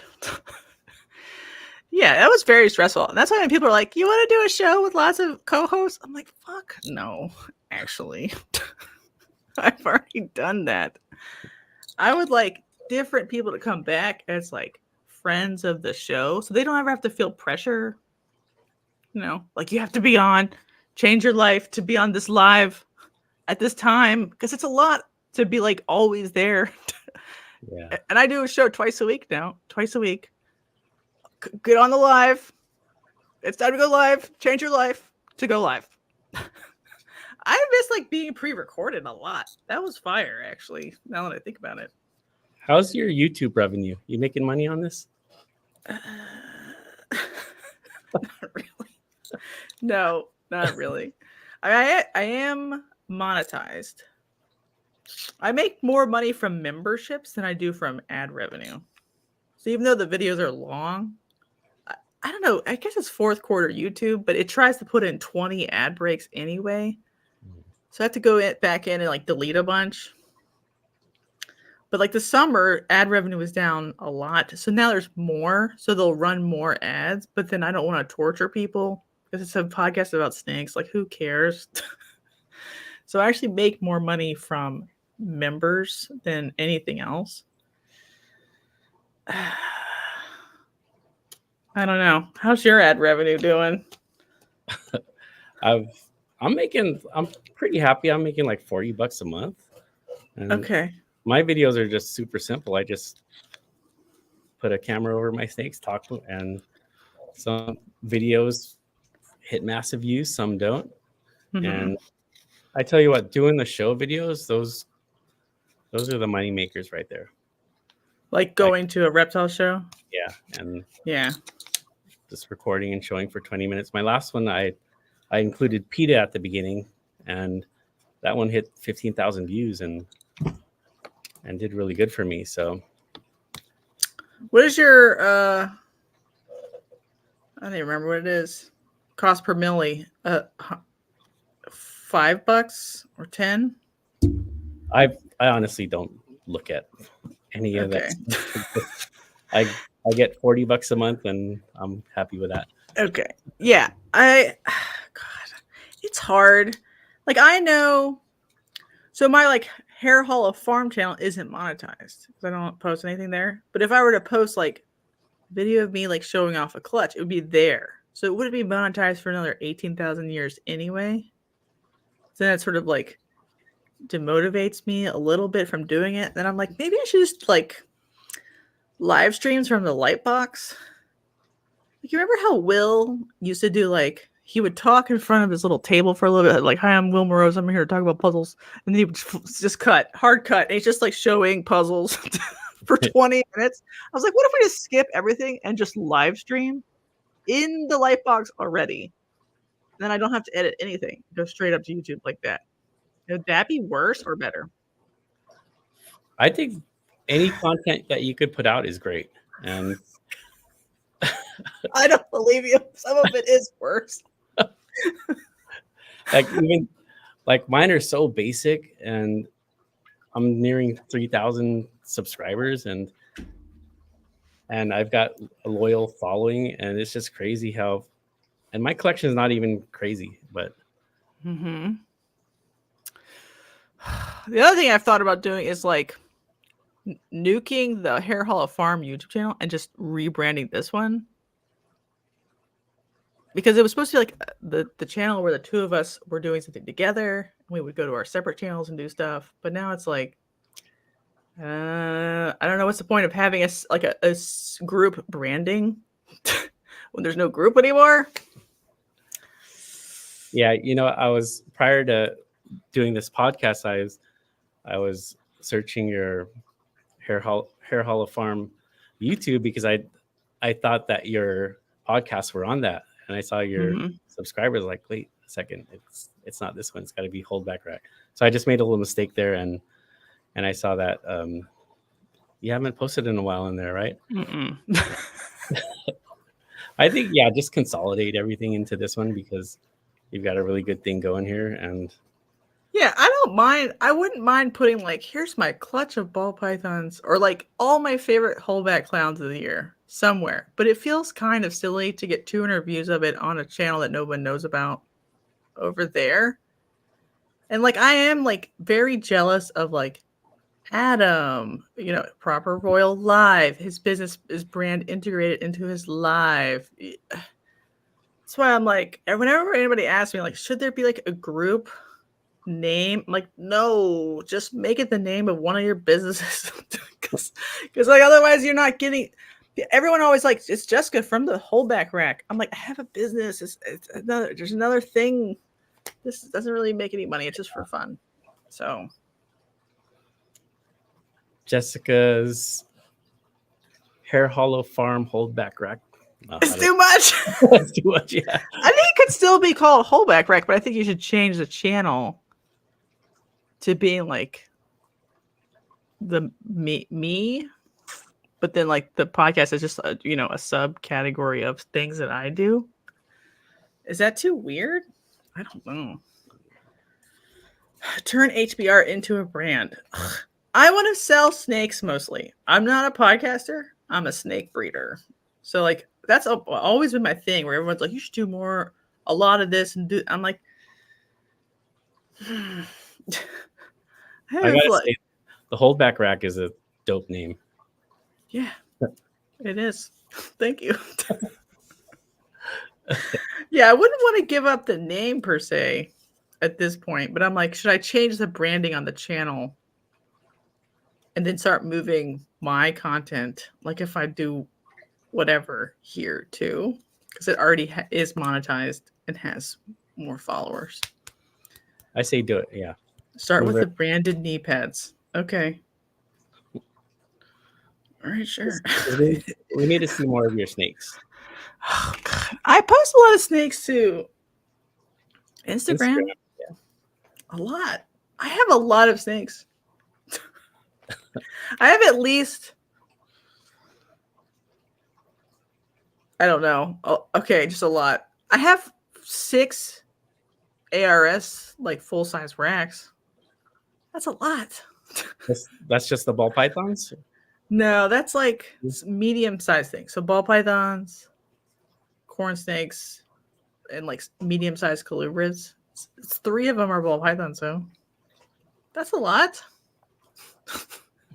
And everyone's like, you don't breed anything. I'm like, yeah, you're right. I don't.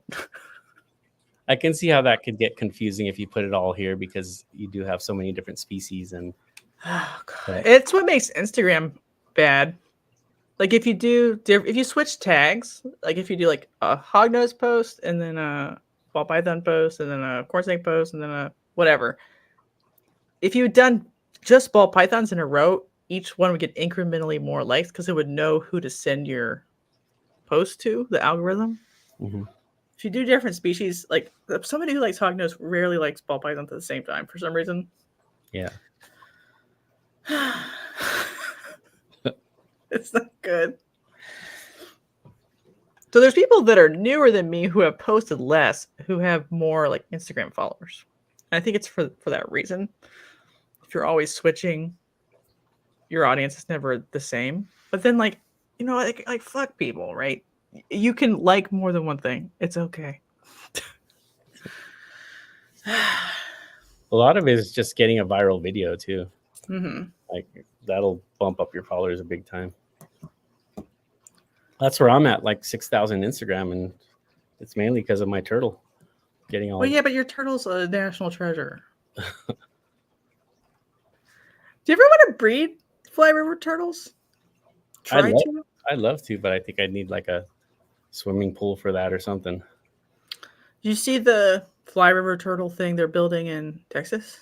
I think it's done now. No.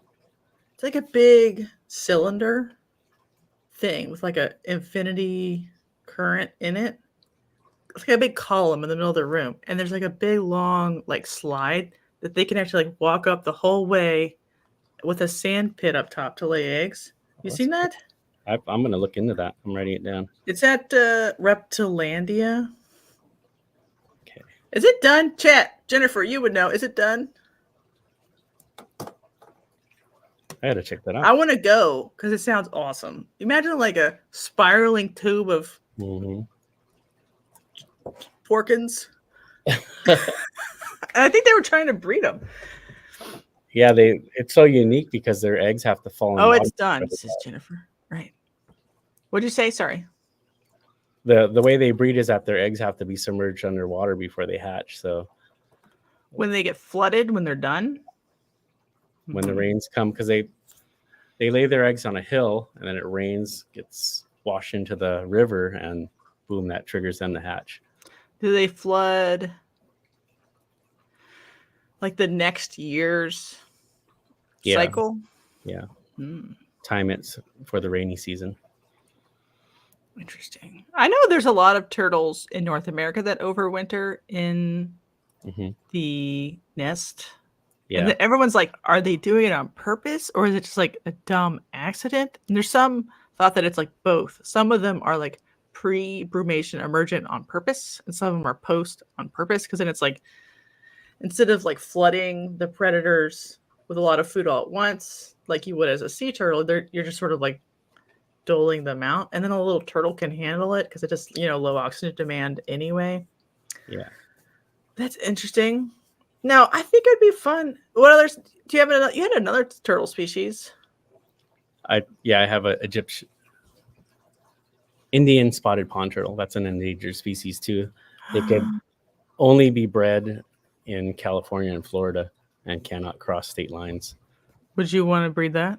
Yeah, I actually got 2 of them. I'm hoping they're a male and female, but that's something I would like to breed.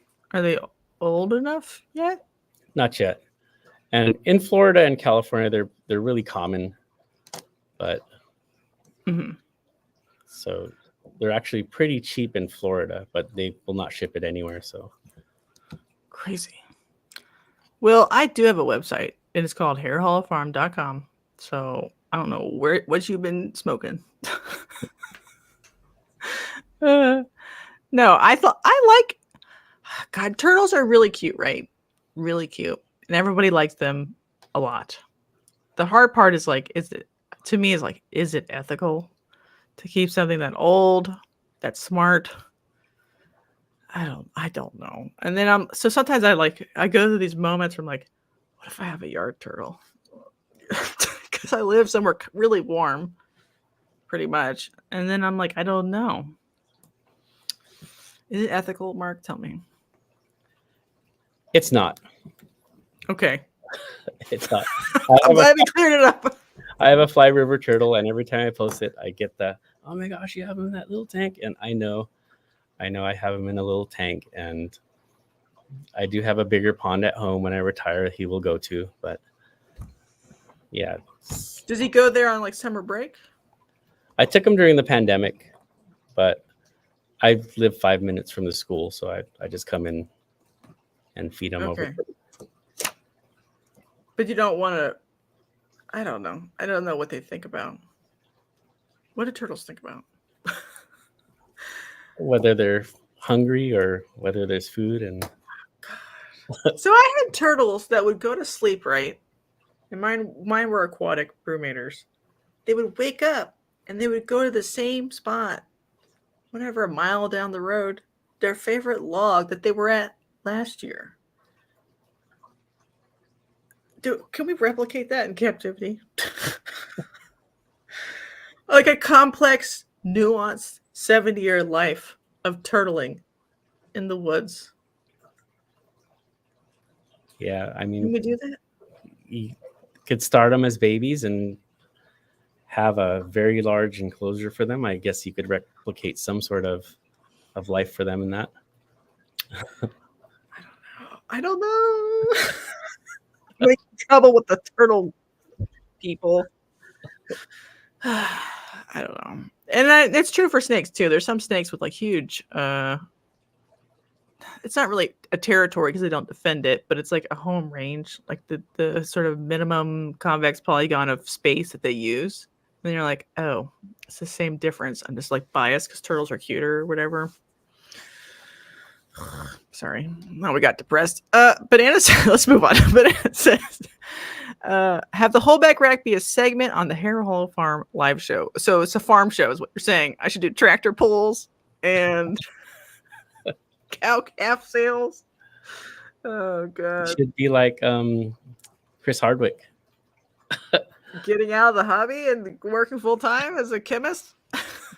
Oh, you know how he used to do like farm things on his channel, and or was that he may have had separate? No, it was him. He did like how to make $2,000 on your ducks. Yeah, awesome. Do you miss Chris Hardwick a little bit? A little bit, I gotta say. I wasn't there for his cutting the vein of one of his snakes, so I don't have that against him. So that bias. Yeah. Right. Do you think, let's get into the reminiscing part because I fucking forgot about it. But do you think we've lost something like too many podcasts, too many lives, not enough people making YouTube content specifically that sort of binds, not live, but like actual YouTube content that, like a Chris Hardwick, we're like, oh, everybody watched the Black Magic episode. Did we lose that? And that's part of why we can't keep keepers, or are we just losing that because most of the people in the hobby have grown out of the need to watch the Black Magic video anyway, so it's natural that there would be less people watching and producing content like that. That's like a good on-ramp. I think we're definitely missing that. And I remember when I got in, there was so many people just putting videos out, and they weren't necessarily big people. You remember Zen Orc Reptiles? Mm-hmm. I really liked his videos. And is he still doing anything? No, I think he's completely out of it. But okay, big props to people like Justin and Miguel who consistently put out regular videos, because it's hard to do. And that's kind of what I wanted to do with my channel, is just be consistent with it, because there's not as many people just putting straight videos out anymore. And you're right, the podcast scene has exploded, and I can't keep up with all the podcasts. I tried to, and my specific thing that I look for is just ball pythons. And when podcasts go off track to other things, I switch out. And but you're missing out because some of those people breed ball pythons too. Yeah, it's true. And I noticed because like the views go way down if I put a picture of something else in the thumbnail, but usually that person is a garter snake, ball python, rodent breeder or something. I just happened to pick a garter snake for the thumbnail because it was blue. But you're not alone, because like those shows will get like half the views or less, a quarter, if it had been someone with like a ball python on the picture. And I'm like, but what if I put a fly river turtle in your picture? I don't think there's very many fly river turtle enthusiasts out there. There are, though. You just don't know. I think it would hurt the episode, but I think there's something wrong with that too. What do you think about that? Think there's something wrong in what way? That a ball python person wouldn't listen to another ball python person if the picture in the thumbnail wasn't a ball python. Yeah, some people are just scrolling their YouTube like me and looking for that picture of a ball python to click on. I know, but I feel like it's a problem. I tell you what, since I'm so opposed to pieds, if Justin has a video on pieds, I might skip it. I've been skipping a lot of his episodes recently because I feel like no offense, Justin, but like I haven't seen him be like, this is the next big thing. And I've been like, wow, that looks totally different in a while. And so now I'm just like, it's okay. Someone will let me know if something crazy happens, I guess. Do you agree or disagree? Yeah, I agree. I think there's some people keep things so close to their chest that they don't want to share it, like their projects and stuff. And they're hiding these amazing snakes that we never get to see. Mm-hmm. Justin, his main focus is on clowns and how much can you do with clowns, but I think more people need to show what they're hiding in their racks and to show the diversity that's out there. Do you think people have become more secretive again? Because they were like really secretive back in the day, became less secretive when there was a lot of easy money and whatever. And now it feels like they're more secretive again because they don't want people to like rush into a project and nerf it too fast, like some recent projects have been nerfed. Yeah, I don't see why they should be, because if you're secretive with your project, there's 10 other people who are doing the exact same thing, thinking they're secretive about it. But there's so much people working with projects now. I think that nothing is going to be unique anymore. Is that good or bad?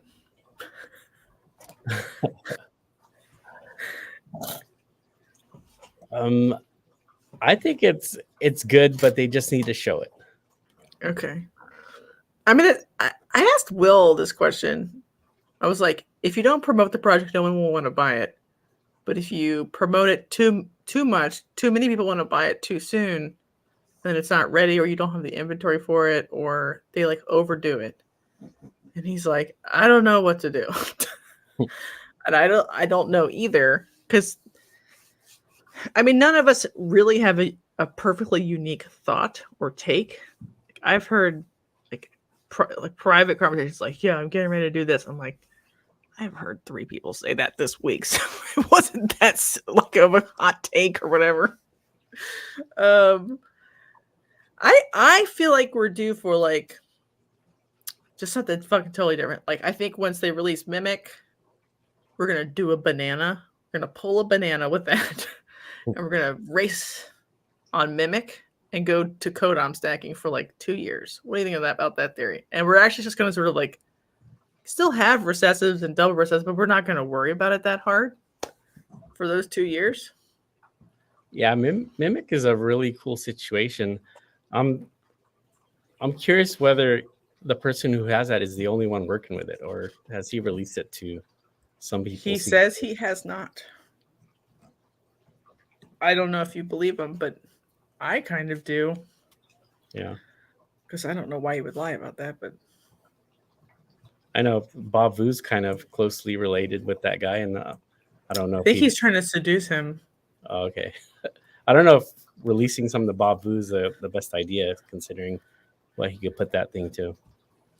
Right. I think that's why the guy has been slow, is he's been getting courted. I don't know the right way to do it. Maybe even like sell it out of country first. Like the first 5 females you sell, 4 of them, one's to Thailand, one's to Japan, one's to wherever the fuck, South Africa, one's to Europe, and then one's to the US. And you're like, okay, these are the seeds. And you just run it.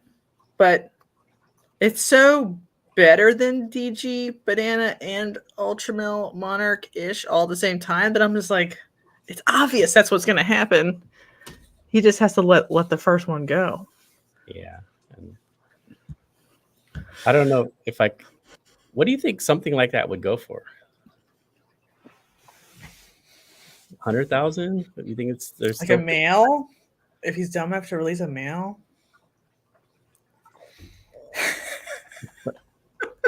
Everything changed when the Mimic Nation attacked. Okay, so sorry. I've heard people talk about that number, and maybe that number is true and real.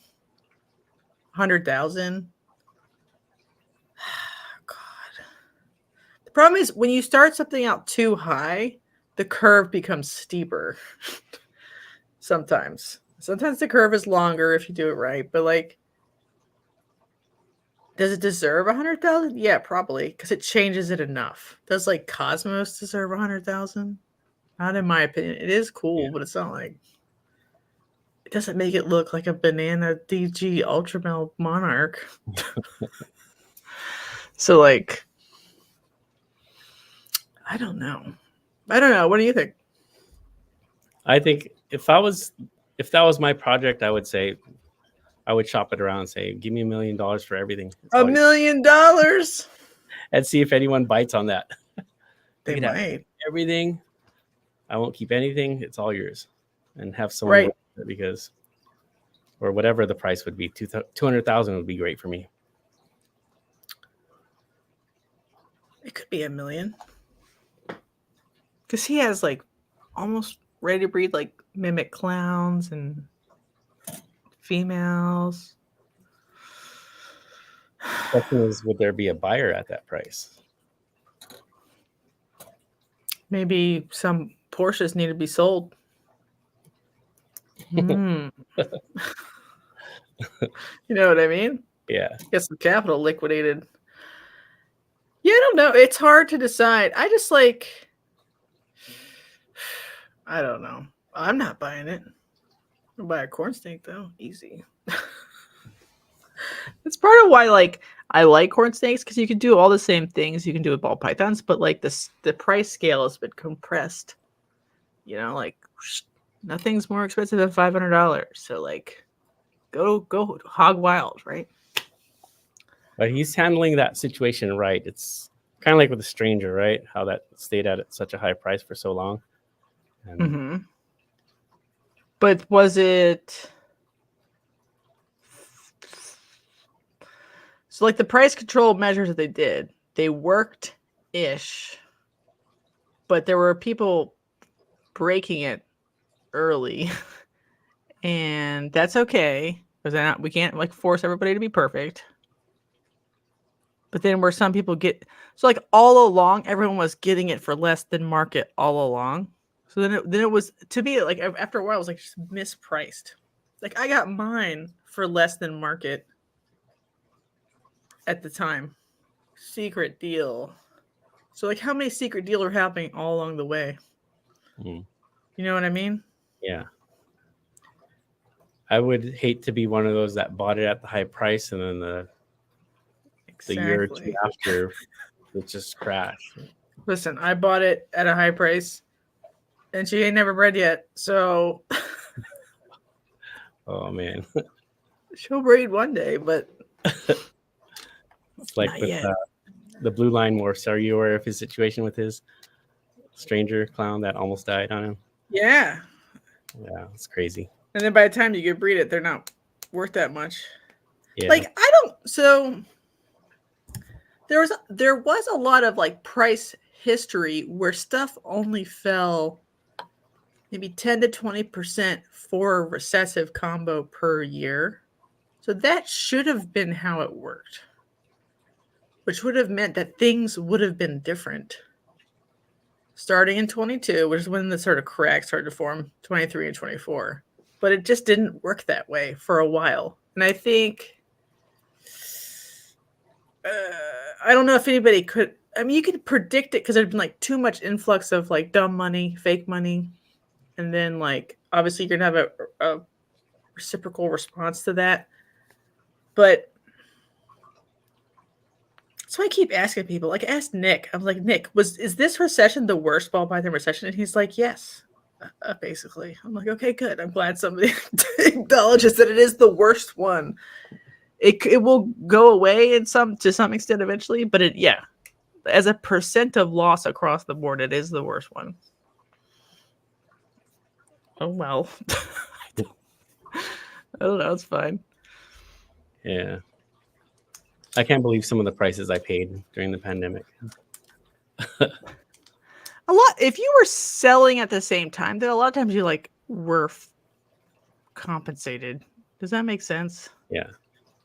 So for those people, it's fine. For somebody who bought only babies starting in 21 and went to breed for the very first time in the fall of 23 and is selling this year, that's the person who I think is hurt the absolute most.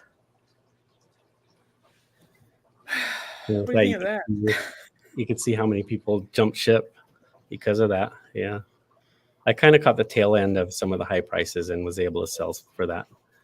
But do you think, like, I bought adults in 19, like not very good ones, but I bought some. So I was selling into the pandemic all along, buying, selling. Not like flipping, but buying things to breed and buying increasingly better males and better females. And so I like paid for everything with pandemic sales. So I'm like fine technically, but I think there are a lot of people who are like very sad. And a lot of people who could have gone full time hypothetically, but could not. And then are mad now for that reason. You know. There were a lot of expectations put upon everybody all at once. And I think that is a problem. Like there was a lot of communication that was like, this is how you make a business or whatever. Yeah, maybe sometimes, but not in like a bear market. What do you think of that? Yeah, there was a lot of sellers at the time selling that dream, and should we be angry at them? Should we be angry at Miguel showing all his hot cars and saying how lucrative ball pythons were? And do you think even if you weren't angry at him then, do you think you should be angry at him, or not just him, but just anybody who's like, hey, look at all the money I make now?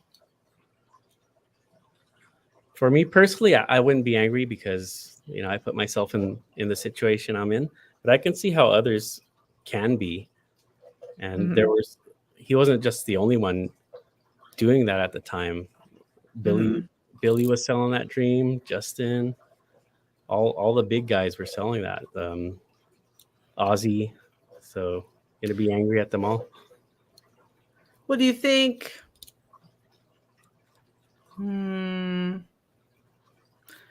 I don't know. It's complicated, right? Because like a lot of people are like, every industry has a version of selling the dream.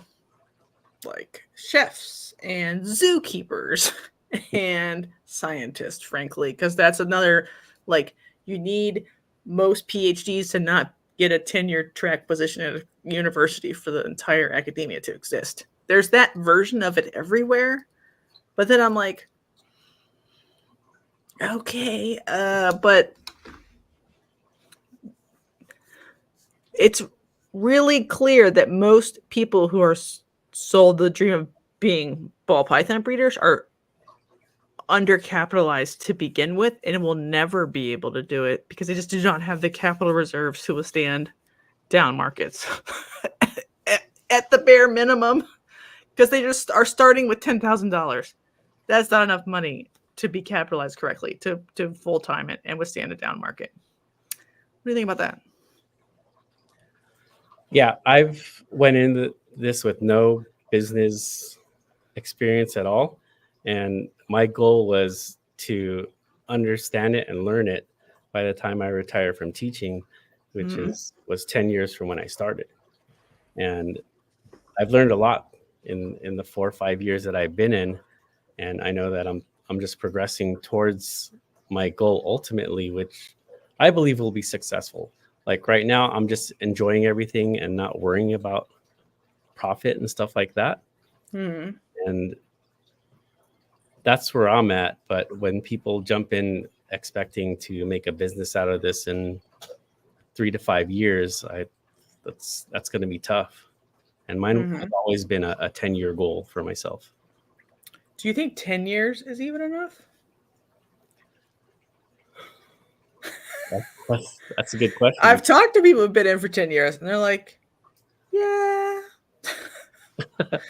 I've been reinvesting every year, like all profits from the business back in. And I'm still like,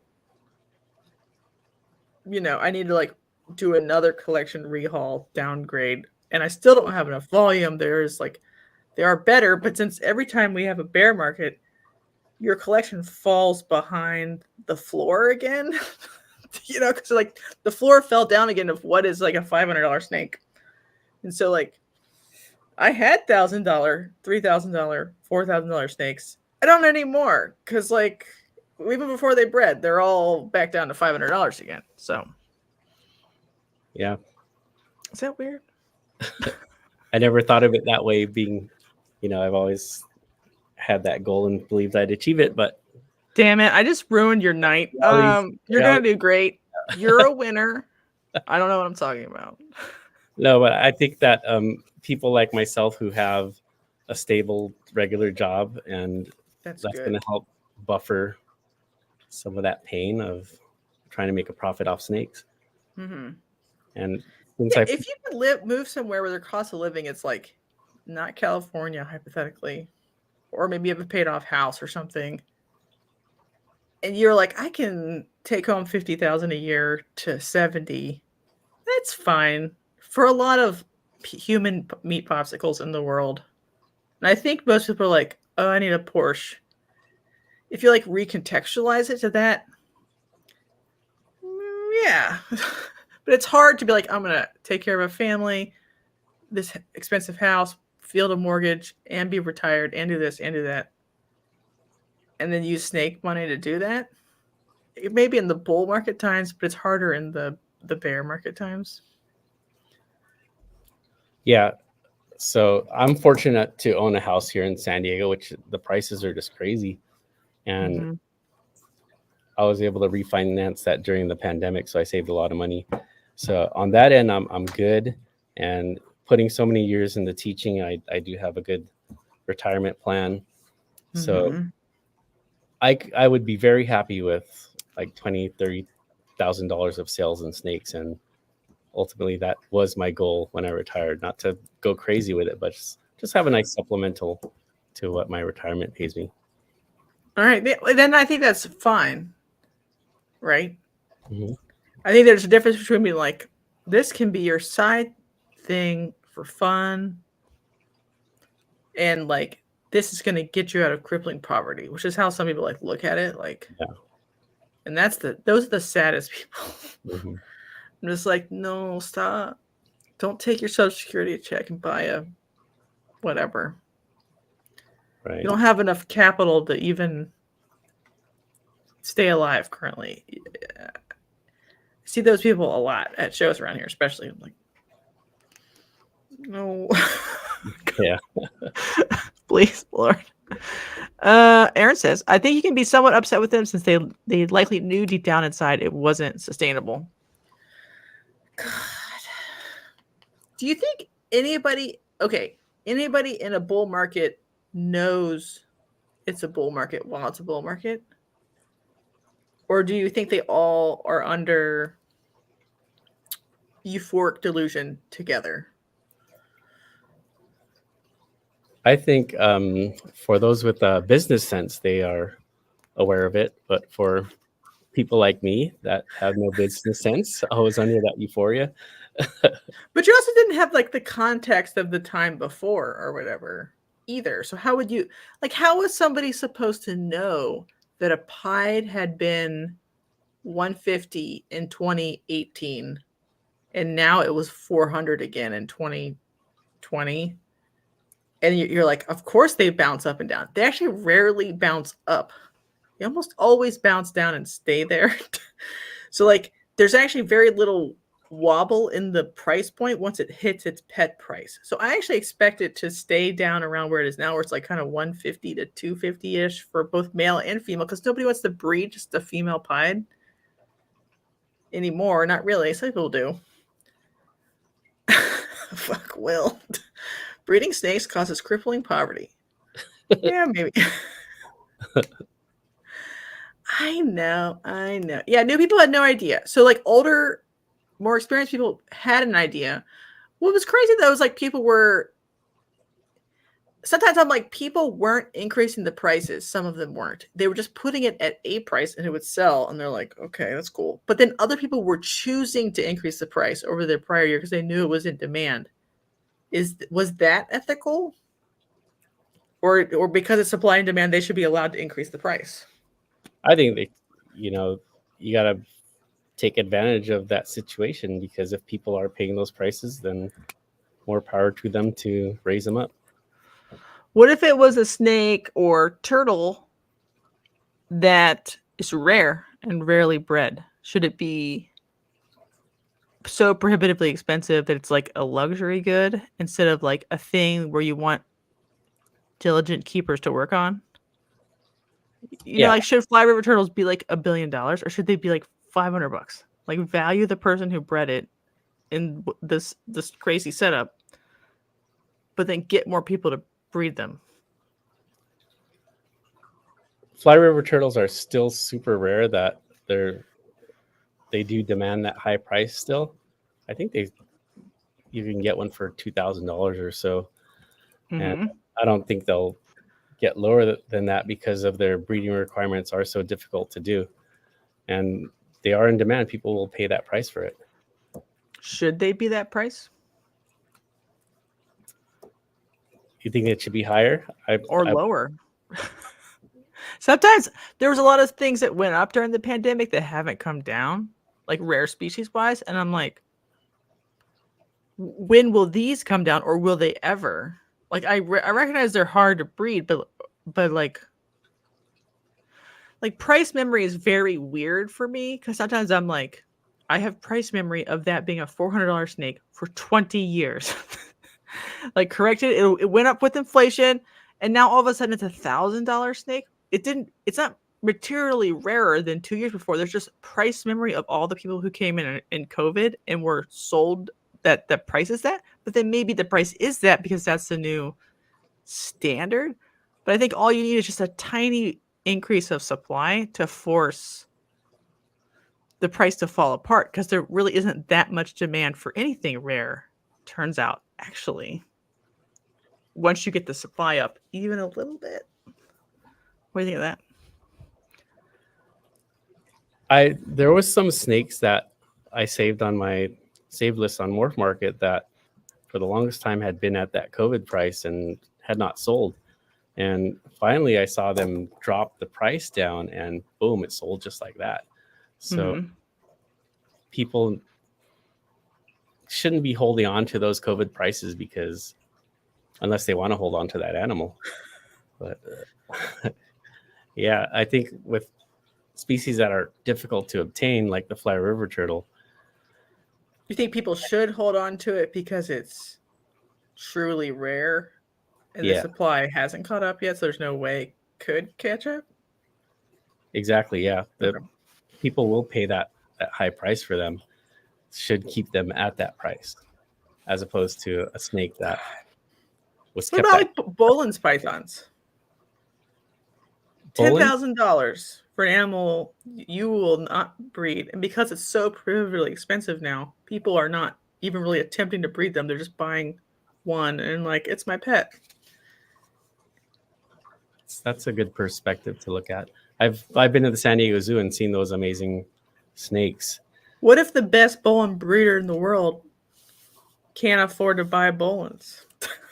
He or she does not even know that they will be the best Boelen's breeder in the world. That's true. Are they difficult to breed? Mm-hmm. Okay. Or the same. There's other stuff. Same stuff. Scrubs. Maybe the best fly river breeder in the world can't afford to buy fly river turtles right now. Okay, I see where you're coming from now. So I know people will pay for it, but it's more about like species preservation in the hobby. right. Yeah, I mean, putting it that way. You better start breeding them tonight. We don't know what's going to happen. Getting them into people's hands who would make that attempt that's definitely a good thing. Right, especially like, God, I don't know, a younger keeper who's like trying new stuff, whatever, doing novel things with UV, humidity setups, puts a shed in their yard, whatever the species is, they could crack the code for the species in a way like a rich, entrenched keeper or just someone who wants like a fancy pet in Dubai. They're not going to do that. They're just going to kind of run it. But it's hard for someone scrappy to do it if they can't afford the price tag to try, right? Yeah, I agree. Mm-hmm. Jake from Snake Farm says, what about the principle of you need money to make money when it comes to the initial investment?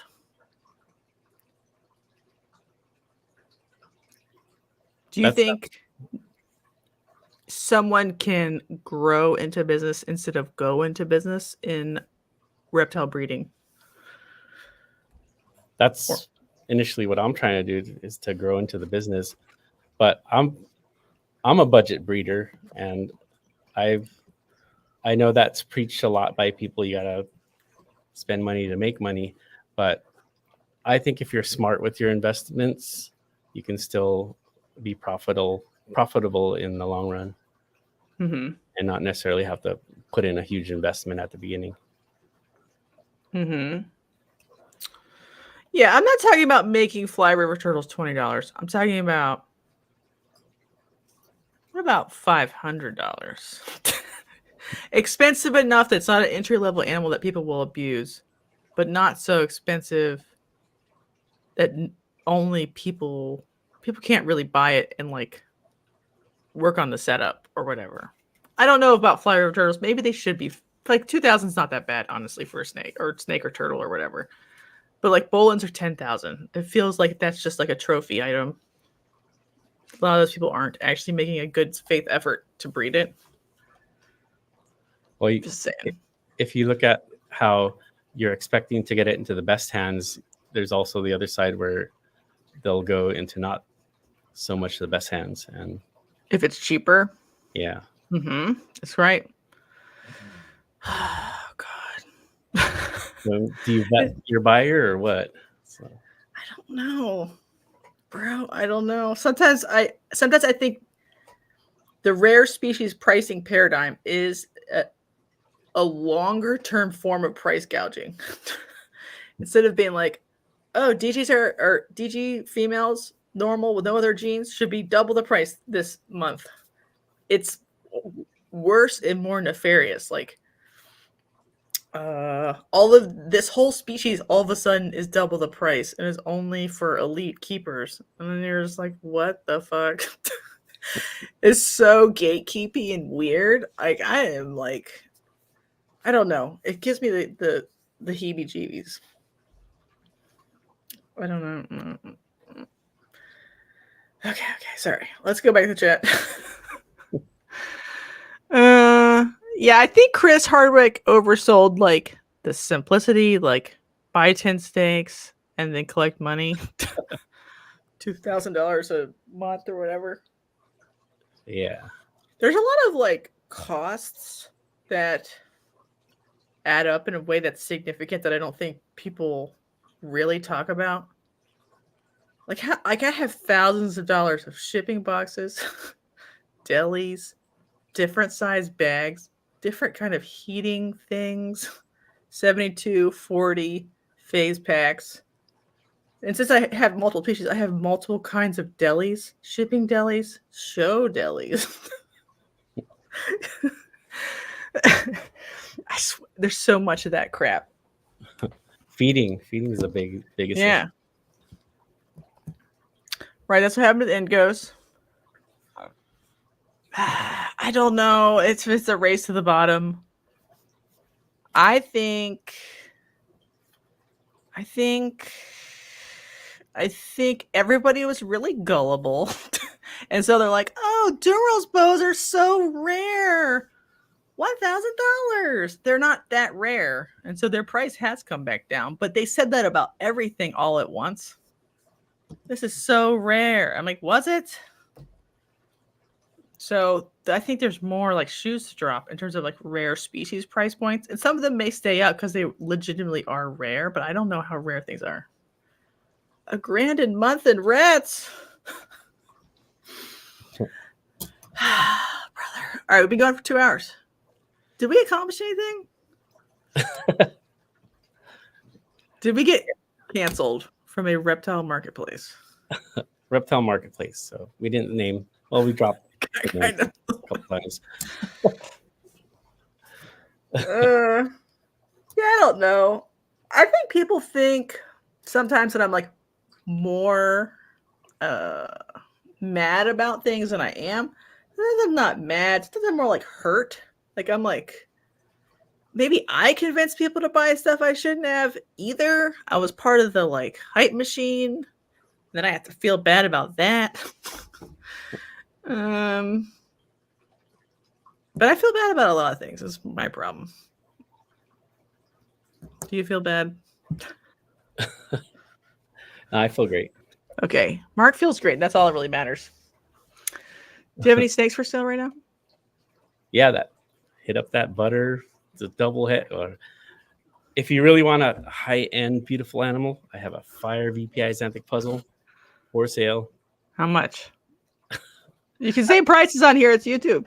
That's been the biggest dilemma because when I try to decide to price it, someone actually, the person who sold me the grandfather of this snake, he sold a pastel VPI xanthic puzzle for $6,500 on a morph market. And recently, just like a couple of weeks ago. Okay. Before I hatched mine. And I know last year the asking price was $30,000, which was 30. Wow. Okay. Which nobody bid on. And okay. But I think he could have got more than $6,500 on that because he did sell it very fast. And I messaged him about it, and he said, "Yeah, I got friends and family for it, just like that." So I'm thinking I get 7 for it, maybe. Yeah, maybe. It's hard with puzzle right now because there's a lot of puzzle hype. Mm-hmm. Like unlike other categories, like I've seen something double hit hypo puzzle something else go for more than the equivalent triple if puzzle is swapped out with almost anything else. Even sunset and stuff that's like should be expensive like that. So there's like a little bit of hype. So maybe try it. I don't know. The hard part with stuff like that is if you start out too high and you start to drop the price to like get it to market, you could look bad. Yeah.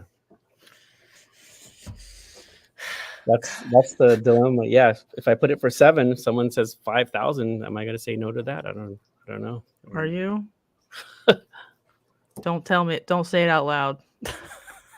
I bet you would take it. Don't say yes or no. But like, that's something I've learned is that most of the big dogs survive by like not having price memory.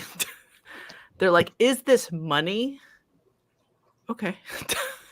Like maybe they have a floor a little bit, but not really, not now. If someone wants to give them money and it's not a complete embarrassment, a lot of times they just take it because that's the way we are right now.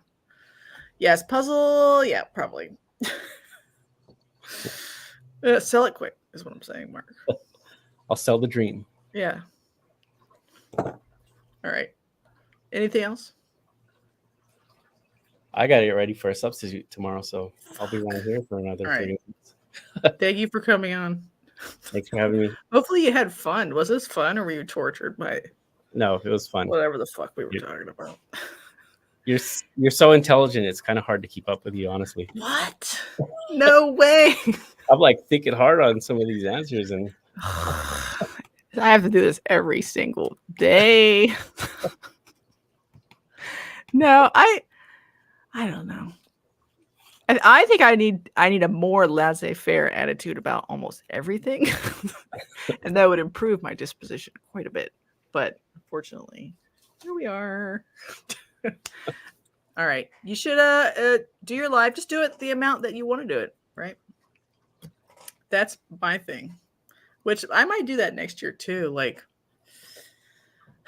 since member lives are more like raw dog in it anyway, still do 4 member lives, maybe do like regular shows twice a week. Because member lives, we can like bitch about shows, complain about news a little bit more viciously because it's just a member live. You know what I mean? Like if a reptile marketplace is weird, put that on the member live. Did you freely talk about the shipping issue yet on a member live? God. I don't know. I think we did Tenley. That'll have to be the next one. Maybe you should go on that. You can really bitch. And we don't have to. We could say names on that, right? Yeah, that's what's cool about it. Is it's not really private. No hard R's. No hard R's, Mark. But get a little bit more serious with our feelings. Yes, they are the best. They remind me of like you remember like the news segment we used to do? That's what they are. They're just like, but they're also like chatty Kathy at the same time with whichever random person I summon from the world. But then we don't get in trouble with the popo. Can I join a live at like a Patreon and just watch all your videos and then get out of it? Yeah. If you paid $3, you could watch all of them back in time. It's $3 a month. It's not that bad. That's not bad at all. No, it's fine. You don't have to do it. If you want to just be on one, I'll just summon you. You know, like a Pokemon. I choose you, Mark. Is it Zoom style or no? It's on YouTube. It's just in like the member section of YouTube, and so it's like this. But since it's only like 50 people, just sort of like do whatever. It's more fun. And we'd be in the chat asking you questions and stuff like that. Mm-hmm. Okay. Look, Adam's here. He's back, and they're very spicy. There has been any feet yet, to my knowledge, but. Sorry. All right, we gotta go. All right, bye everybody. Thanks for coming. Thank you. Join the member lives if you want. Maybe I'll do my feet. I don't know. whatever it takes.